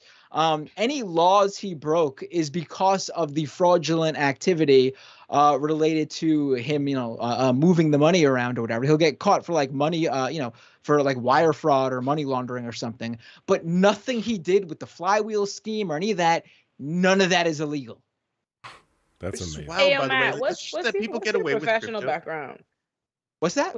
What's your job, Matt? What's your He was a professional background? journalist. Oh, yeah, I'm he a was like journalist. gaming journalist. Yeah. He was in the heart of fucking Gamergate. If you know Gamergate, he was in the the centerpiece of that. No lines. Yeah. No lines. I'm an old man. If you was gonna bet your money on it, do you think I know about Gamergate? Oh, not even a little You have bit. Dragon Ball Z. You have Dragon Ball Z art back there. On the internet. Come on, you're a woman who's famous on the internet. Listen, I don't know nobody till they know me. That is my true team. I didn't know. You know how I know all of you? Y'all originally, I seen y'all say something about me. I'm like, oh, you're nice. I don't know nothing. The but panel I praised at some point. Like, oh, the only thing I heard, I listened to Matt, and I was like, so they be lying. So somebody. True. No wrong. Started. Yeah, no. I've been trying to stay away from this because the Bahamas, I hate when they have my country in mess, and I wanted the plausible deniability. I'm not intellectually qualified to figure out what I'm talking about this crypto stuff in general. So I've been trying to stay away from it. As soon as you said, I was like, oh no, they see me hearing about the Bahamas scandal. They know I know about it. I'm gonna have to call it. I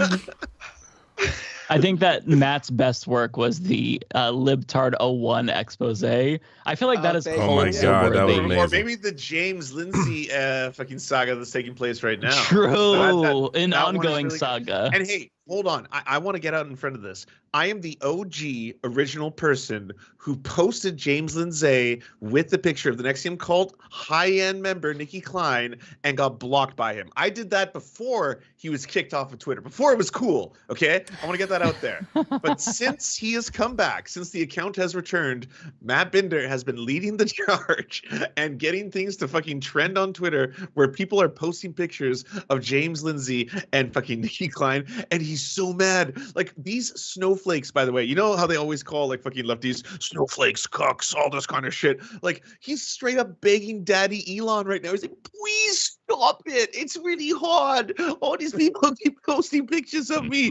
with the pedophile. This motherfucker who's always talking about that shit. Snowflakes is a pussy in the first place. Like, let's think about the things that we can say to you. Like, if I think you're soft, like I think you're like snowflakes, that's what you came up with. You already know the person who uses snowflakes is the person who is losing the roast. Like, so you already, that tells you every snowflake you ever been talking shit and that's how you really got somebody? Snowflake? No. You should have known when they called us that. That's true. Matt, I mean, I gotta say, I am, you know, I tried not to pat myself on the back, but I am truly proud of the James Lindsay thing. I love the fact that this guy will never be able to say, okay, groomer to another, you know, teacher, LGBTQ person without doctor, nurse, without his Twitter feed filling up with that photo of him literally sitting next to a woman he calls his friend, who was convicted sex trafficker Keith Raniere of the NXIVM, the leader of the NXIVM sex cult, one of his lieutenant commanders in the cult, who helped groom women as Raniere's sex slaves and brand them, abuse, and fucking and brand them. And on top of that, she's not someone who's come out and been like, I was brainwashed or I was a victim. No, to this day, she is his staunchest defender, his number one supporter. She's trying to get him out of jail right now with this whole narrative that the FBI planted evidence. This is a man who groomed apparently kids as young as 12, allegedly raped a 15-year-old. And this woman is his biggest defender and helped siphon innocent victims to him for him to abuse. And these okay groomer anti-LGBTQ conservatives who see everyone they hate as pedophiles are hanging out with her left and right. I cannot wait for these people to get. I mean, they already got what's coming to them. They'll never be able to say, okay, breakfast cereals groomers. Do you remember that? It was a box of Fruit Loops, and it said like, "What are your pronouns? He, him, she, her, they, them." And he was like, "Groomer cereal." Like, you were calling fucking breakfast cereals groomers while you were hanging out with the inner circle member of the fucking sex trafficking women branding ring. Like, holy fuck, that's bad. Every accusation is a confession, right? Over and they could just come at. They could just come out and he could just come out and say, account. Wait a second. You know, it'd be taking me a little minute to realize, you know, this woman has been in my notifications. This woman has talked shit on my Twitter. I think this person used to follow me. Like, Nikki Klein? Yeah, bro. I see. First of all, James Lindsay talked shit on me like 2 years ago in 2020. So I blocked him then. But her for sure. I've seen this white lady, this face, like, well, in my notifications before.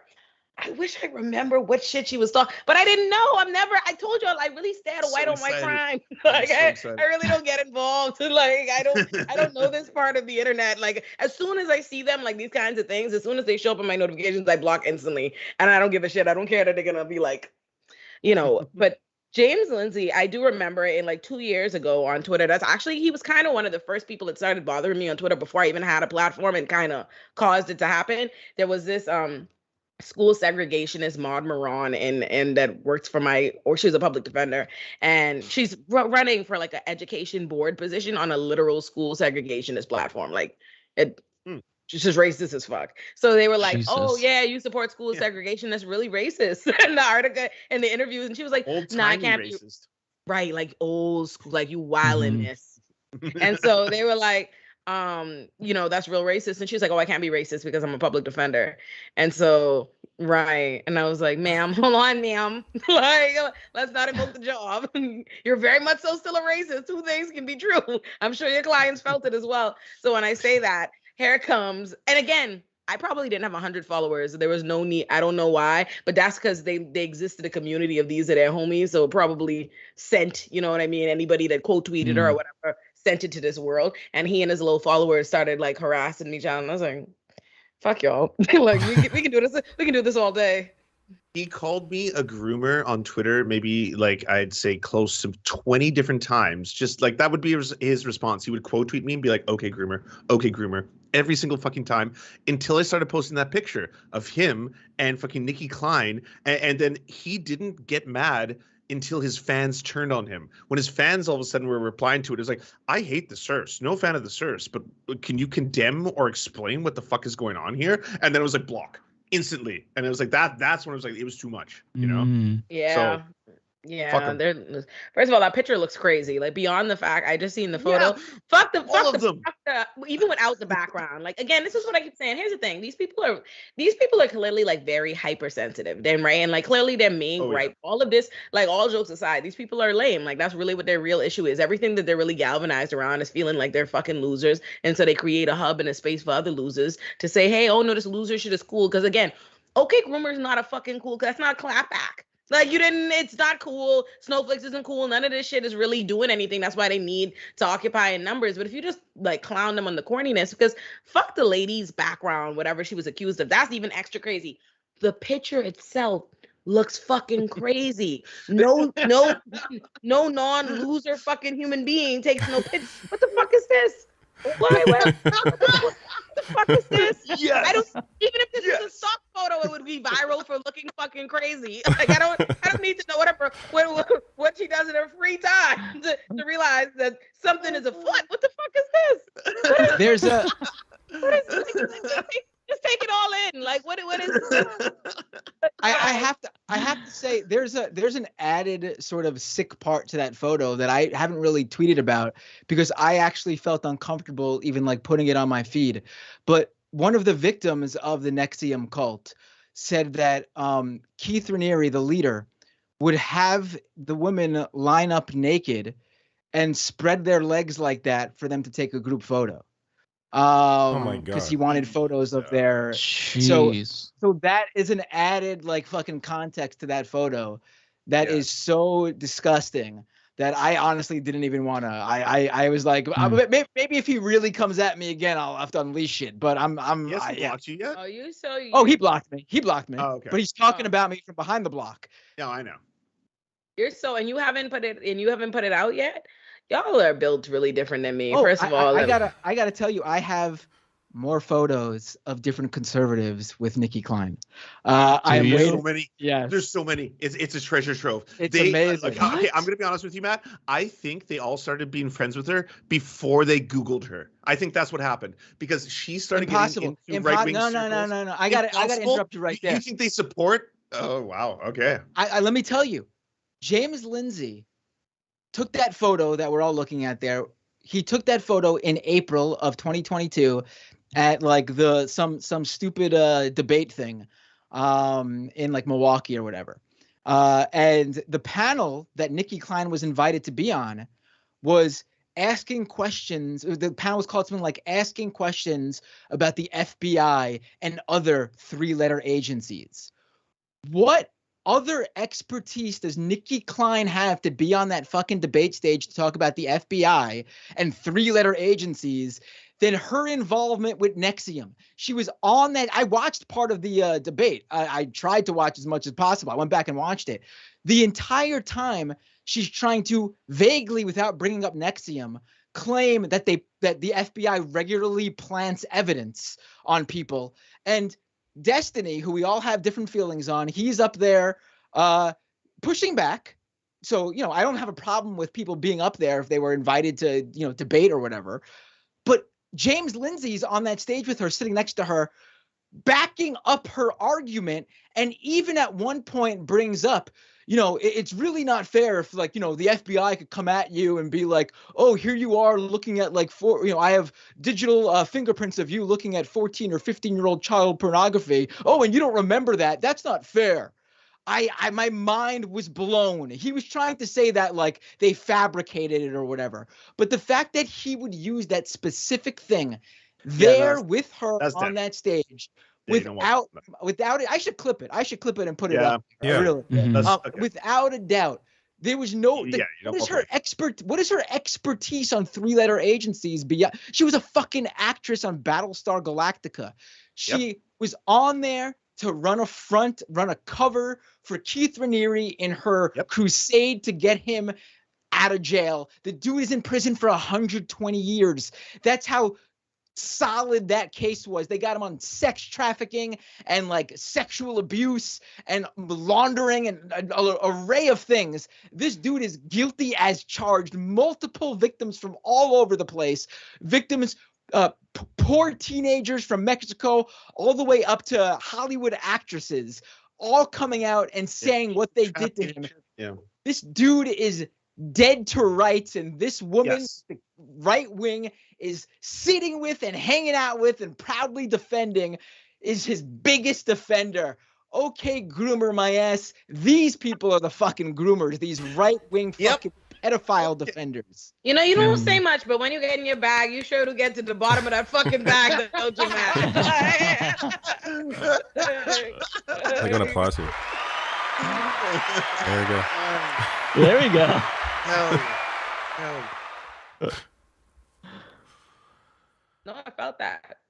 Well, and to add to all the Nexium stuff, they also, all the right-leaning folks that want to like be cool with Nikki or whatever, Keith also was forcing abortions upon the women that he was essentially enslaving, and that doesn't really get talked about, but he impregnated, and this was according to testimony from one of the women, that she testified that her and her 2 sisters were all impregnated by Keith, and he forced all of them to essentially terminate those pregnancies. Yet, while claiming to be so pro-life, they just want to overlook a vast majority of these issues with what Nikki was involved in. And I find that typical, unfortunately. Yeah. So fucked up. Like the amount of shit, like HBO, I think, has like a 6 to 8 episode entire documentary on how bad that shit was. Like when I saw James and Z palling around. I'm sorry to interrupt, but they just put out season 2 of it.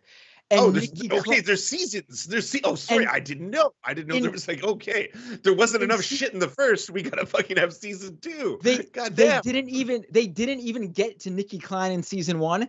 In season 2, she is the fucking star. She is all over that shit. I can't wait to watch. Just came out right now. Oh yes, I will gobble that shit up for this shit to come out. Like it's yeah. But what's the show called? Isn't The Vow? The Vow. The Vow? Yeah. Okay.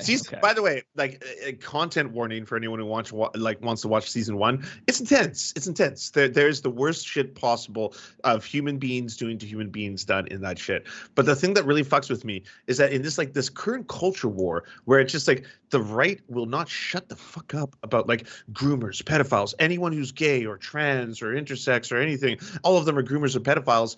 In the midst of all that, they are completely fine palling around with these motherfuckers. Or they're bigots. Like that's the problem. Like because they're bigots. The whole thing is disingenuous. It's a politics of gaslighting. We need to stop letting them reframe and adopting their language and shit. Ain't no fucking culture wars. It's just a bunch of bigots hating on every marginalized community. That's all the fuck it is. That's why every time, yes, there is a litany of hypocrisy. It's in our face. It's plain as fucking. That's all we got is hypocrisy. We got Herschel Walker talking all this shit, and look what he's doing. We got Madison Cawthorn. Look what he's doing. We got Marjorie talking all this shit. Look what they're doing. We got Matt Gaetz talking all this shit. Look what they're doing. We got Donald Trump talking all this shit. Look what they're doing. They're talking all this fucking shit, but look what they're doing, because all they're really saying to you is we fucking hate other.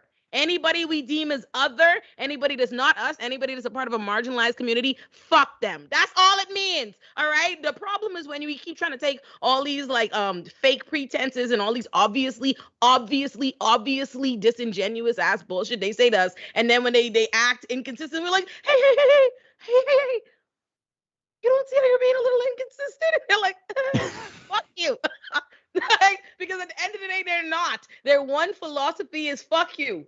That's the one philosophy. That's That's the only true. That's the only politic they practice. They don't give a fuck about none of this shit. Oh, groomers. They don't give a fuck about children. These are people who literally get up and 2 seconds after children have been shot to death at schools, and they're like, my guns. You know what I mean? These people are talking about all this crime and all this bullshit. And then, that's really how they give it up. That's really how they give it up. They don't give a fuck about any of this stuff, right? Do they? Do they care at all? No, they don't. They don't. They're full of shit because all they really care about is them fucking selves and lying in their pockets. That's the real tea. They don't give a shit about no goddamn children. They don't care what Nicki Klein did or whoever was hanging out with whomever. What? Or fucking child beauty pageants, or fucking child marriages, or the Catholic fucking Church. You never hear them say shit about that shit. Oh, it's like, oh, this has been institutionalized in Canada. All of a sudden, all these people are being like children, Indigenous kids being raped by the Catholic Church. There's your story. There's your conspiracy. It goes from the highest levels of government all the way down through the church to the kids. You have it. It's in front of you. You don't need to go after Balenciaga, like fucking ads, all that other distractions. Here are the pedos. We know who the pedos are. What are you doing? Yes, they don't care. They don't give a fuck about none of that. They don't give a damn about none of that shit. None at all. Nothing at all. And that's the problem. Is too often we allow Republicans to play a politics of distraction with us. They distract us with all these things and we go for it every fucking time. It's literally just political fetch. They're like, oh, let's talk about the crime. Let's talk about this. And they're like, and we're responding to all their bullshit. Fuck them and all their nonsense. Like when you think about it, when you're really honest, and it's funny, I think about this all the time because I'm on Rising and they'll be so fucking mad that I'm like not interested in some stupid fucking conspiracy nonsense that they've come up with to discuss. And I'm like, yo, there's like real shit happening on the other side. Like I couldn't be plugged into this. Like I'm just hearing about Republican Spider-Man for the first time because I'm busy trying to figure out how to decarcerate. You know what I mean? Because I'm busy trying to decarcerate prisons. People are trying to Thanks, get. Mike. You know what I mean? Thanks for teaching us that, Mike. All this serious shit happening on the side. Like think about it. In the same, there's no fucking reason why there was just a shooting. Like think about this. Like, you have little hate crimes that just happened. A shooting at a gay club, gay people dead. But yet the fucking leading narrative that we're discussing in the LGBT community is some fucking groomer nonsense that they fucking, because it's a distraction. That's all the fuck it is. A politic of distraction to focus on the bullshit and the depravity that they want to project onto other fucking people. That's all it is. We need to stop wasting our time engaging in their bullshit nonsense. They don't, and another thing, and another fucking thing to the culture war nonsense. If other people have something they're fighting for and you oppose what they're fighting for, you don't both have a cause. That's not what I. One group has a cause and you oppose their shit. And you know what's evidence to that? Because again, on the other side, nobody has time to even know all these fucking actors and all this bullshit and stuff because it's all so much trivial shit. It's just a bunch of other white people talking and complaining and saying the same fucking nonsense and hateful shit on the other side. Whereas other people are trying to like fight for rights and stuff. And then you turn around and you come on this island like, or exist. Like, trans people like, I just want to exist, please. Like that's it. Like there's no like it's getting in your face, it's fucking in front of you. No, I just want to I want to be here. Yeah, that's it. And they're like, why should I have to like respect somebody else and like what? Yeah. Pronouns. I don't know how to use pronouns. I haven't used them my entire life, like in every interaction I've ever had with another adult ever. How do I have to learn this? It's really complicated to me. It's like, this is a you thing. This is a burden. This is a cross to bear. God damn, that sucks. That's what gets so frustrating about covering this stuff. It's just all of this is to me is so just like it's normal to just not care about what people want to do with their own lives. Like to have to explain to an audience why these people are wrong, why they're bigots. Like it feels so like needless because to me it should be obvious. It should be obvious that, hey, these people are obviously wrong. They're trying to control people's lives. People that just want to be who they are, just let them live their lives. Like to have to explain all of this and like to have this to be like a running narrative for this to be the thing that the Republicans ran on. Like one of the main pillars they ran on was being what anti-groomer or anti-trans is so insane, so completely insane. And because of that, like it forces us to, at least it feels like it forces us to have to engage with it because we have to push back on that garbage. Because if we just let it go, then it seems like we're running away from that topic, right? Like it seems like that we are ceding ground to them and their argument when they are wrong, clearly. But to have to explain that they're wrong already now puts the argument on the same level in a way because we have to explain why they're wrong. It's there's no winning. Like you either ignore it and it expands, or you address it and you You're you right. treat it like a You real play argument. Like defense. there's You're play right, but it's defense also the entire problem is time. the way we do it. We do it like, and I don't mean we as in us, but in on our side of the aisle, right?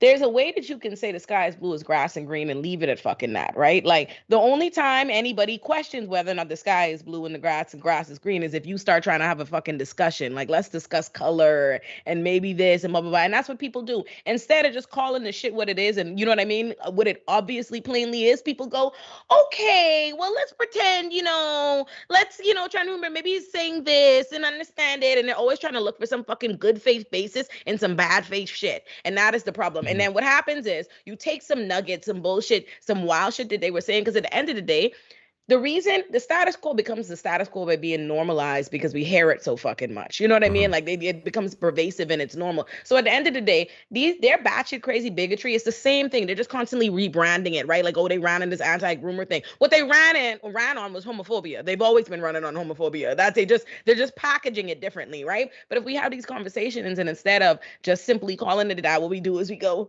let's start having deep dives and breakdowns and blah, blah, blah. And maybe this and the other side. And we always trying to other side some bullshit.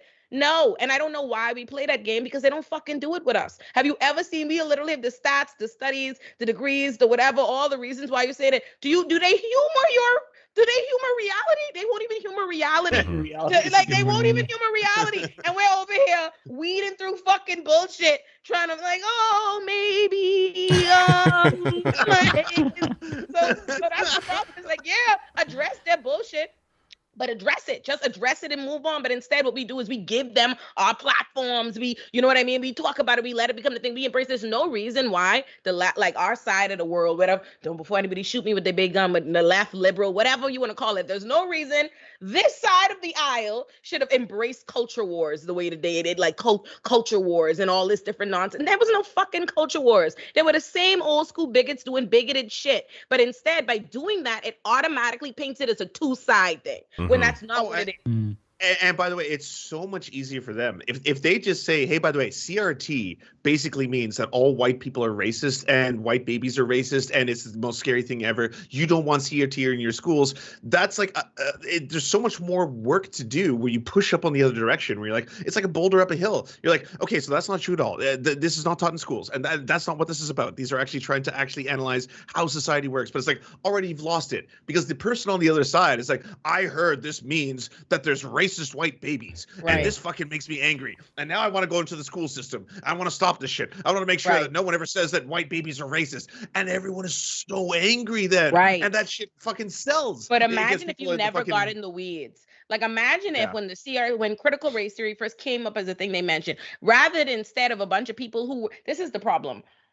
You have to recognize when you are not the person most qualified to have certain discussions, right? Like there's certain conversations I don't wade in because I'm not going to be the best advocate for it because I'm not as informed, but I have a louder voice and they're going to listen to me. And now we done fucked up and muddied up the fucking conversation listening to me. And that's what happened with critical race theory. None of these motherfuckers, journalists, lawyers, any of them, none of them knew what the fuck it was. They don't know it. They didn't study it. They're not familiar with it. But instead of just fucking coming out and saying, actually, I don't need to know what it is because this is actually just a fake. This is a pretend. This is a straw man argument just to attack black shit. Any books by black people, anything about black stuff. That's what they could have, and they should have come out like that. But instead, what did they do? Come and get in the weeds with them, but no one knows what the fuck they're doing. So now when this big muddy thing that appears like there might have been some legitimacy in people, and now becomes about this critical race theory, rather than just immediately dismissing a stupid fucking argument. And then we in the weeds. We in the weeds. Now we in the weeds. Well, and they're so good at setting the agenda. I mean, think about the timing of all of this. Like the critical race theory thing came after the George Floyd protests, which is for the first time you have like white suburban people understanding, oh, wow, maybe people of color have a point that the police are violent and they brutalize minority communities. And then CRT drops. And they're really good. Like, I feel like we're always the ones who are playing defense and they're always the ones who are playing offense. They're always the ones who are creating the news and we're always the one who are reporting on the news that they say. So there's absolutely something to what you're saying. It's difficult to like let it go because like you have to respond. But how do you get to that point where we're not just on defense and we're playing offense too? That's what's hard for me. I think about this all the time, like as a lawyer, right? Because it's how you frame arguments, how you use language, how you let someone craft a narrative. At the end of the day, it doesn't matter who's saying what. If you allow the original person to determine what language you use, you've already fucking lost. And that is the problem. It does always seem like we're playing defense because we are always responding. We're always adopting how we just let them frame the narrative instead of checking this. Like I remember once I was having a debate with a white guy in law school and I was talking about gentrification and he responded to me, and say like he's trying to oppose me, my argument about gentrification, but he used the words gentrification. And I said, hey, you need to say redevelopment. The minute you said gentrification, you done fucked up. You conceded my fucking point. You let me set the framing for how we see it. Once you accepted the bad framing, that's what it is, and that's what we do. Instead of, you can't let them have that fucking narrative. Abandon their narrative. They don't know what to do with it. If you watch anytime I'm on Rising, I abandon their bullshit. I'm not in the web. Would you fuck that? Like, you know what I mean? And when the first time it came out, Rittenhouse, I'm not gonna have whatever stupid ass conversation y'all are usually accustomed to having about Rittenhouse. Let's talk about a slippery slope on self-defense being, you know what I mean? Like how this will, in fact, a whole thing they don't understand because they don't fucking understand it. They don't know anything. All they know how to do is frame stupid ass arguments, and we get caught up in it. So just that's a really great point. And slope is a slippery slope. It's a logical fallacy. So just so you know.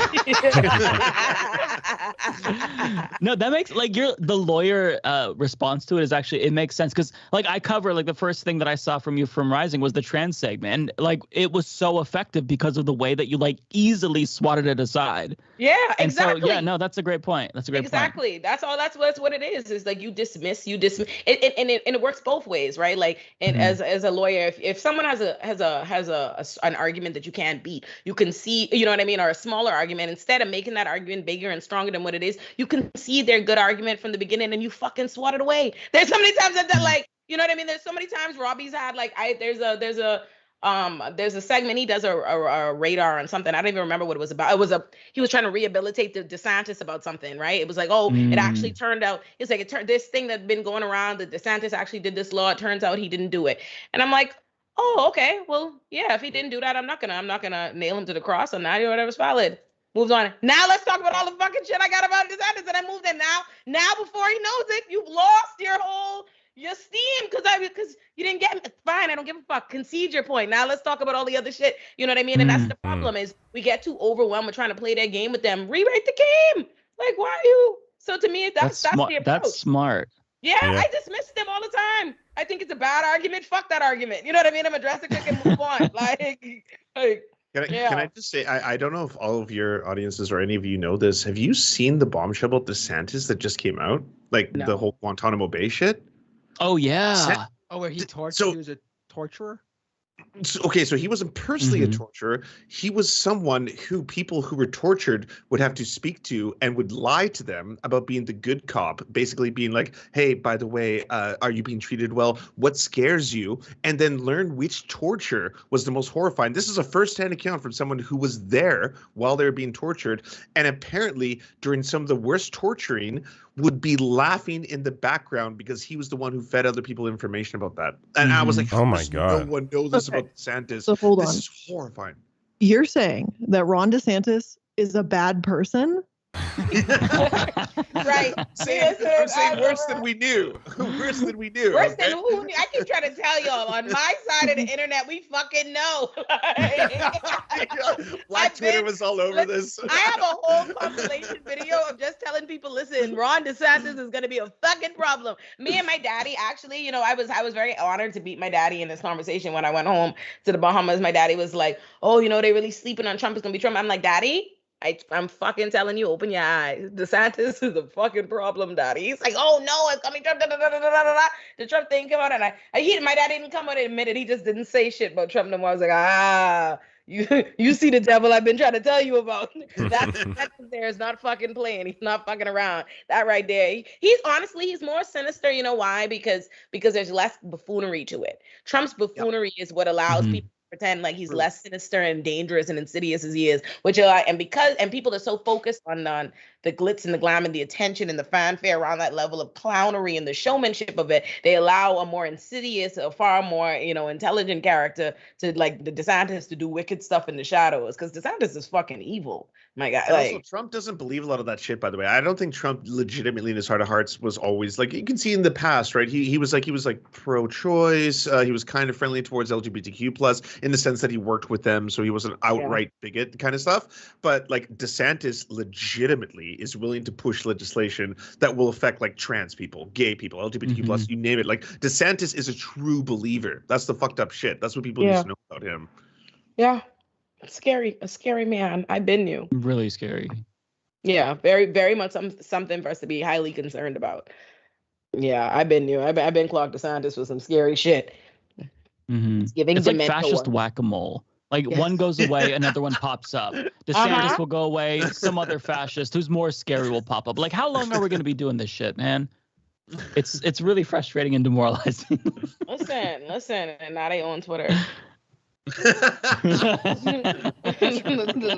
True. No, they run Twitter too. Like, I don't know about y'all, but like my replies have been, oh dude, they've been filling every single reply. It's like, that line, like, I'm something of a scientist myself. Like, now my replies are like, I'm something of a neo-Nazi myself. I'm like, oh wow, this never used to be this bad. I used to get hate. I used to get, you should unalive yourself, blah blah blah, you're a race traitor, all that weird shit. But I never got the like it just filling up with fucking full on right wing like neo-Nazi shit. That's the new Twitter. That's Twitter 2.0. Were y'all on the mass purge list thing they did? Because I was one. My followers sent it to me. That's the only reason I knew. Like, but I'm assuming y'all got to be on the list. If I'm on the list, y'all got to be on the mass. I thought I was, and then someone in my Discord said no, and I'm like, this feels like I'm not as metal as I thought I was. Like, that would have been pretty metal to be part of that group. And you know what's so funny? And that's hilarious because in my mind, I thought I might not be like, oh, I'm not. You know what I mean? Like, I might look at I turned out. You wanted to be there, but it's true. They put me, boy. Like, I'm sure there. They said I'll forget lines, but get that block over there. Make sure she's there. We got to make our own list. Wait, I want to hear everyone. All of y'all, are you on the list? I didn't check. I don't think I am. I only went through a couple of screenshots. I went through like 3 or 4, and I'm like, okay, I can't. I don't care if I am. But nobody sent it to me, which Someone is sent it to me. That's the only reason I knew. Yeah, I couldn't go through it all, so I don't think I doubt that I would be on, but who knows? Hold on, Matt. Confirm that y'all aren't on the list. So I can make this about me being black. Come on, tell me y'all aren't on the list. I want to be on it though. You're on the list. You were. But okay, good. Hold on, but it's still there. Matt is the next people of color on this call. No, I'm half indigenous. I should be in the triage. Wasn't there? How many people? There's a lot of people on this list, wasn't there? There was like thousands of people, right? It was like 5,000, wasn't it? Yeah, you guys weren't on left it. I thought them white men out, Matt. Thousands of people left 3 of them white men out. The same, Matt, but they got me and you. We knew. The white man wasn't sure. Why was I being left out? Come on. I'm as white as mayonnaise is delicious. Come on now. I actually found out I was on the list because my sister texted me. It was like, "Did you know you're on this list?" And I'm like, "What?" And I had to check. God. Yeah. Listen, That's a scary text to get. Like, you're on this list. Did you see it? And you're like, wait, what kind of a list? You're on the list. Illuminati, you're the last one. Illuminati. You gotta fess up. I heard it was lazily put together though. I heard it was like a Twitter list by some like prominent like anti-fascist person, and it was like just a list of who they followed or something like that. It was something weird like that. Oh. Oh, look at y'all not being followed by the anti-fascists. Look at y'all. That's why that was look at you see the T. That's why he was in trouble again. Look at y'all ain't made the cut. We have to do better to get on the next list. Yeah, that's for sure. Hey, on a totally serious note, I should say, by the way, before I have not heard if the Illuminati is on the list yet. Before that is like revealed, a lot of serious activists who do a lot of really good work. And shout out to Chad Loader, by the way, who has been targeted by Andy No, as well as a lot of fascist communities who does a lot of really good work and activism online. Those individuals, the ones who are on the front lines a lot of the time, especially like a lot of those Twitter accounts, like the what is it, the John Brown Book Club kind of shit, where they're actually like actively fighting up against people online. They're actually targeted, like legitimately targeted. Like Andy No actually targets those kind of groups, kind of thing. 100%. So, I'm joking about the fact that I wasn't, metal enough to be on that list, but like, Chad Loader has to deal with that shit on a regular basis. Like they've been actively targeted, as has their family, as has their friends, kind of thing, because they're like, always going up against Andy No. Yeah. And anyways, Illuminati, sorry, reveal the truth. Oh, I don't even know what this list is, so I'm just thinking about no idea what you're talking about. I don't even know what the list is. I'm just thinking so hold on. Just for research. Said posted without comment, just for research purposes. The white men weren't sure if they wanted to listen. The white woman ain't even never heard of the fucking list.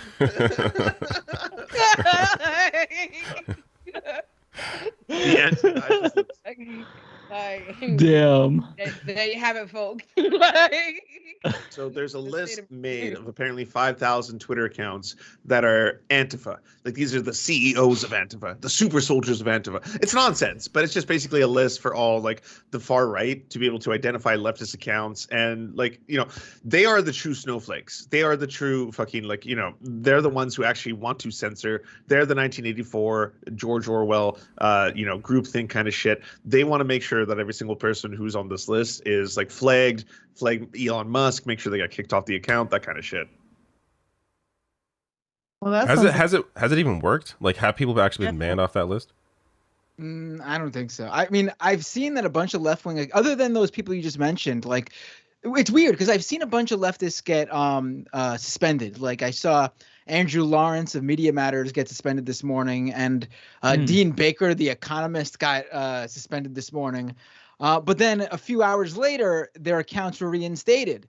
And then I'm thinking like, okay, so obviously there are like campaigns to, get certain accounts suspended, and maybe like each account based on their own follower numbers or whatever. And I can tell you, I'm pretty sure having a verified badge helps you not get suspended, because there's no doubt in my mind it's bougie they've tried to suspend. Yeah. There's no doubt in mind they've tried to suspend me before, and I just never have got suspended because I have the the blue check. But that's Chad Loader, like you mentioned, and a few other Antifa accounts suspended this whole time, weeks now. They're the only ones I've seen Andy No specifically point out to Elon Musk. It really does seem like if Andy No specifically said this person should get banned, then Elon Musk seemed to have listened to him. Because those are the only ones that have been permanently suspended. Again, number of leftist accounts have been suspended, probably mass reporting, but eventually I guess Twitter needs a real reason to suspend those people, so they unsuspend them. But with these specific Andy No, fingered accounts, I guess they've looked really hard for a reason. I still would love to know the exact tweets that got these accounts suspended. I don't see anything that would. With Chad, I actually know Chad Loader was one of the first people to be reporting. I think they were the first ones to tweet about how there was a huge data breach in France for like the whole Twitter account. Did Twitter actually tell him that though, or is that just his assumption? His assumption. Oh, sorry. It's they, them. What? They're they them. Oh, I'm sorry. I didn't know. Okay. Yeah.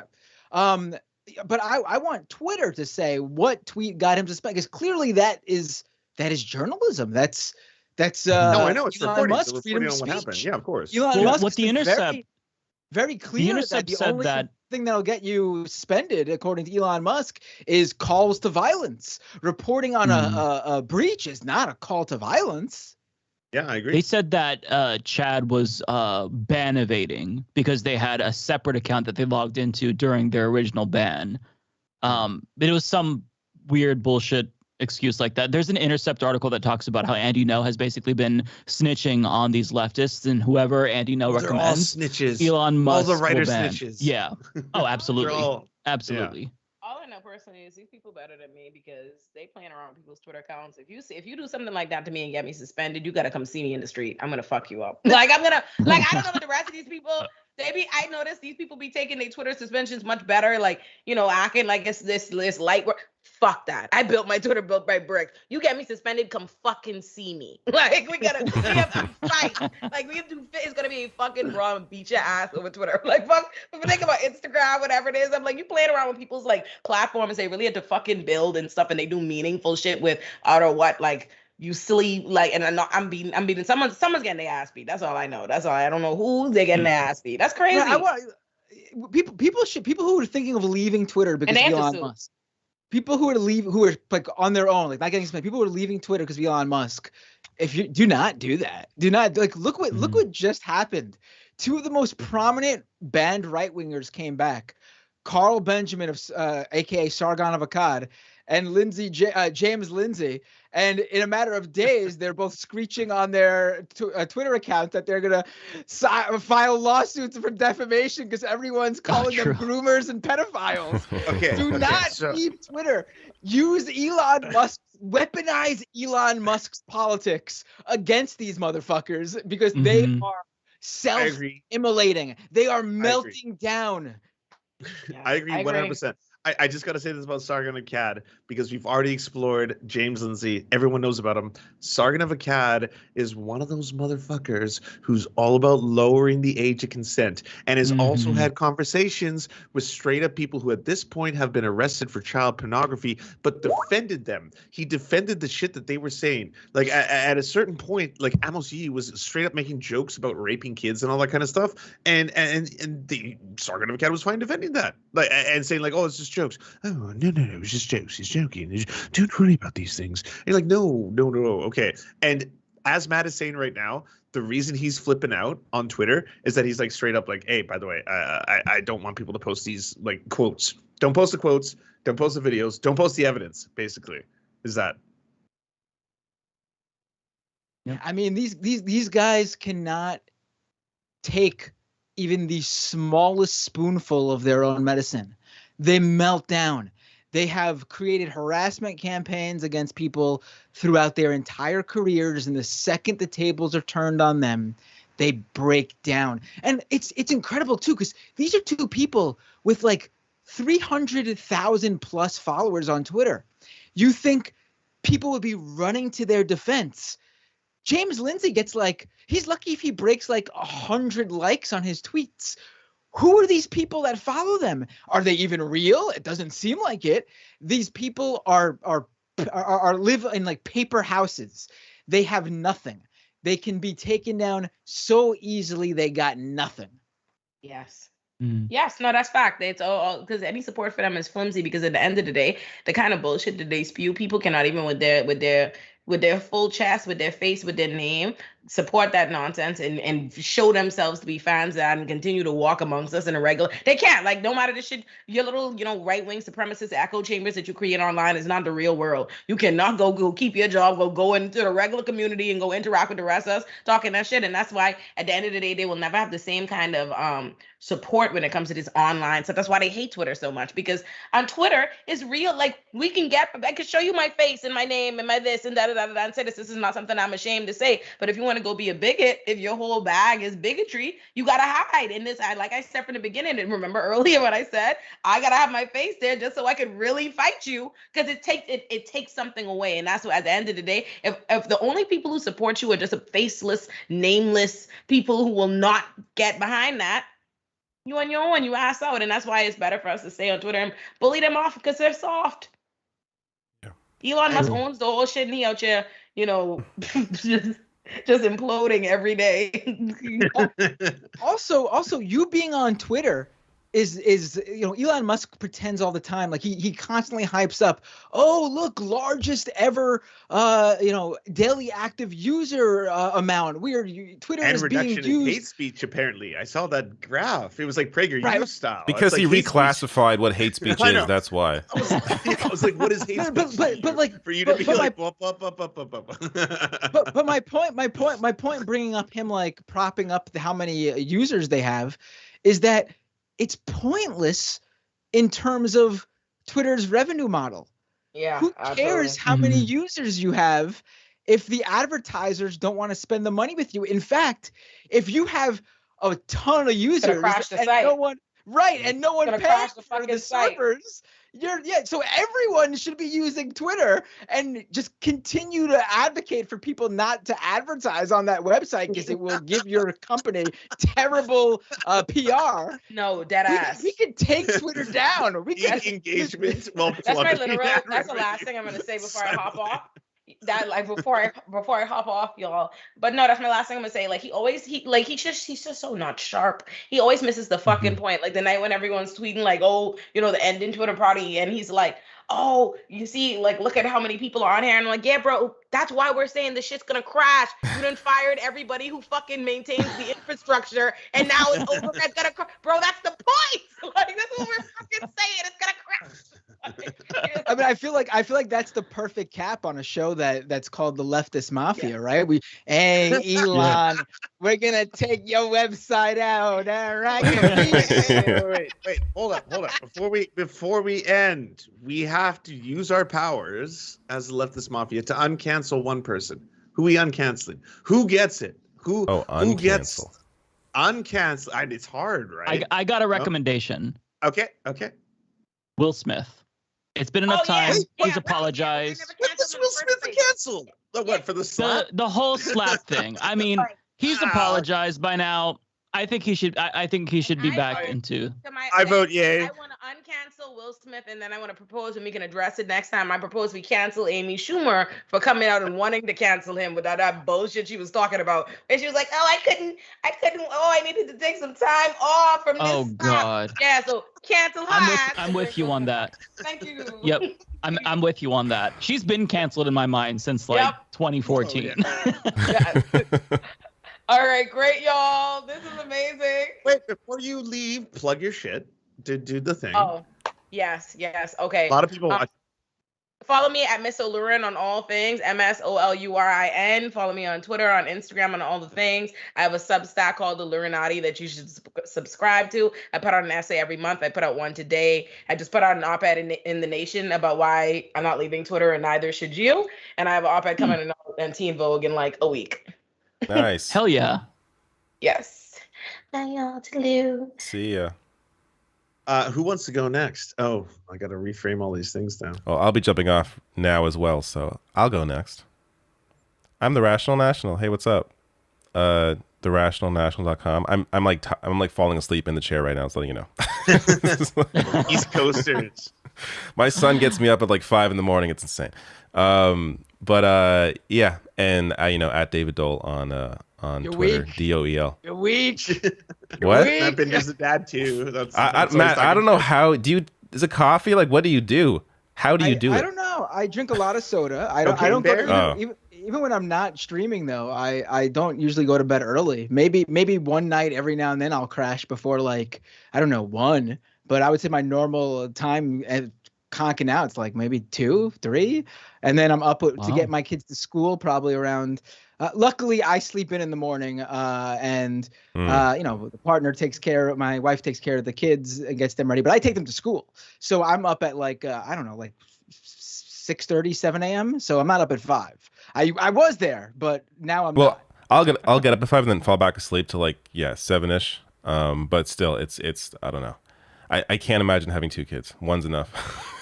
I'll tell you this: once you have one, the other one is just like it really doesn't even. What? I can't even imagine. It's that you could simple. add as many kids as you want now, and it won't make a difference. Just keep. You can just Not the way I overthink. It doesn't work for me. The only difference for me would be, two is no different from 1. But if you add more than 2, then you probably have to get, if you have a car, probably have to get a new car because more than 2 kids ain't gonna fit in the back. But other than that, I guess you might need another bedroom. Yeah, if you add 1 more kid and have 2, there's no difference between 1 or 2 kids. But beyond that, yeah, there's some life change, I guess. I'll stay on for the rest of you exiting. Oh, right. Okay. All right. So sure. So I guess I'll go next after that whole spiel. YouTube.com/Matt Binder. Please subscribe to me there. Twitch.tv/Matt Binder. Also follow me there.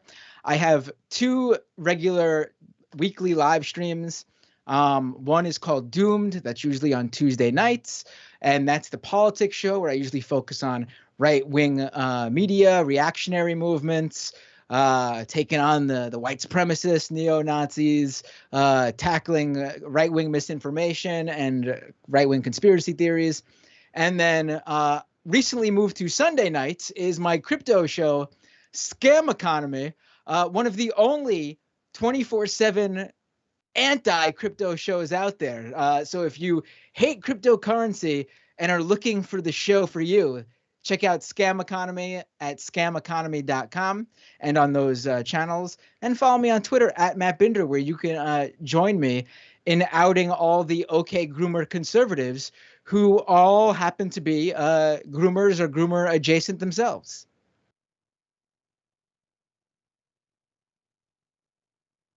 Follow that up. Mike, Illuminati, do you want to take it away? You want to go first, Illuminati? Sure. Hey, I'm Blair, or the Illuminati, mainly YouTube channel, youtube.com/Illuminati. I upload 3 times a week. I do mainly, I guess, like documentary style videos. So Mondays are going to be multi-level Mondays, where we mainly focus on scams and all sorts of pyramid schemes and other tropes like that. And then Wednesdays and Fridays, we have a show called The Corporate Casket, which is where bad businesses go to die. And we just focus on general corruption of businesses, corporations, individuals, charities, you name it, we do it. Mike? I am Mike. You can subscribe on YouTube to The Humanist Report.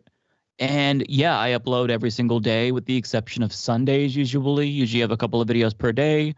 Yeah, please go and subscribe. We're trying to hit 400K. Not going to happen this year, but that's kind of like the goal for next year. So yeah. You know what's funny? So many people in my chat have been like, "Wait, that's the Illuminati. The Illuminati is live right there." I think they thought that like you were a cartoon character or something. Oh, apparently Kanye West, one of his tweets just got deleted. The one with the swastika, as well as the Star of David. Yeah, good. Censor makes him. Sense. Yeah, that's pretty intense anti-Semitism. Anyway, Yeah. Hey everyone, I should probably plug myself last. I'm Lance of the Serfs. I do dumpster fire comedy, political shit. You can find me at twitch.tv/theserfstv, or you can come to the proprietary webpage at theserfs.tv and find everything from the Patreon to the Discord to the Reddit. Oh, I will plug the Reddit because I actually have something that has nothing to do with me. It's called the Ghoulery. If you go to the Reddit, I'm just trying to stack receipts of all the fucked up shit that right-wingers do. So if you have a right-winger who's like, hey, by the way, I'm not a pedophile, and then it's like, well, actually, Matt Gaetz, this is pretty bad. They put receipts of that online. So come to the Ghoulery. It's a fun time. Well, this has been fun. That was awesome. Yeah. That was a lot of fun. See you all next week. Yeah. Bye. Take care, Bye. folks. Bye, guys.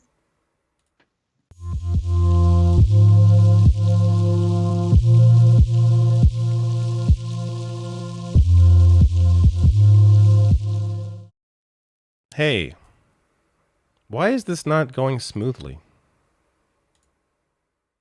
Weird. Anyways, I am still live, right? Oh, I was looking at the wrong page. Okay. Hey, what's up? Back now. So yes, I'm getting off like immediately, but let me get some of your super chats here in front of me. Let's hope. Okay.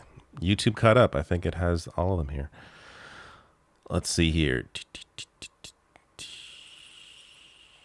Ohm says, I tried to send a message with all the cultural war words. I was censored. Jules says, big fan of. Have any of you guys, sorry, this is 2 words together.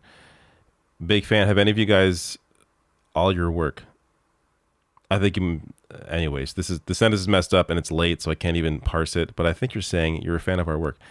This collab is a great idea. My question, have any of you guys seen Timba on Toast Ye video about his mental health crisis? It's new. It's excellent. I have not seen it, but I know Timba on Toast does great, fantastic work. It was either Rubens or maybe Rubens and, was Tim Pool video that I watched. Very, very in depth. Very well done. Rachel Atwood says, does Goodwin's Law have any purpose or use anymore? I don't know. Loish says, I'm a Canadian wildland firefighter. My friend out west just told me she ended her season at drag show. I would love to make that an annual tradition. U6 would absolutely complete that. Feel goodness. Invites pending. Okay, sorry. I was reading that, but like not actually absorbing anything you just told me. Because again, I'm just like, my mind's already on the pillow. But yes, sure, invites. Jonathan says, weird nerd voice. You guys, Elon just knows a horse-based economy is the future. The conversion rate to convert your fiat to horse is 1 horse equals 1 HJ. Sandra, thank you for your donation. And Sandra again says, shout out to David and Mike. I'm an avid watcher of y'all's channels and Mike's Twitch streams, but look forward to checking out the other co-host. AOD fan says, everyone's seen Jank and Anna brain break over crime. Purazaman says, I'm loving the energy in here, comrades. Chris says, y'all say they a lot. Who is they? Seth Wade says, at what point are the agendas of the alt left, Greenwald, Dora, Tulsi? I wouldn't even call that alt left. We're talking about fake people. More concerning / dangerous than the agenda of alt right. What's the difference? I really think they have very limited power outside of, especially Greenwald and like Tulsi, outside of like limited Tulsi especially. Who the fuck cares about Tulsi? But I don't know. I don't think that they're that dangerous. Their entire audience is right wing. Like, check the comments, check what video, especially like I guess only Dora here does videos, but check his videos. What gets downvoted, what gets piled on. Like when he has like a slight, what could be considered maybe liberal take on something, which happens maybe once every 6 months now, if that, he gets piled on. So his audience is right wing. I wouldn't say it's dangerous if his audience already is right wing.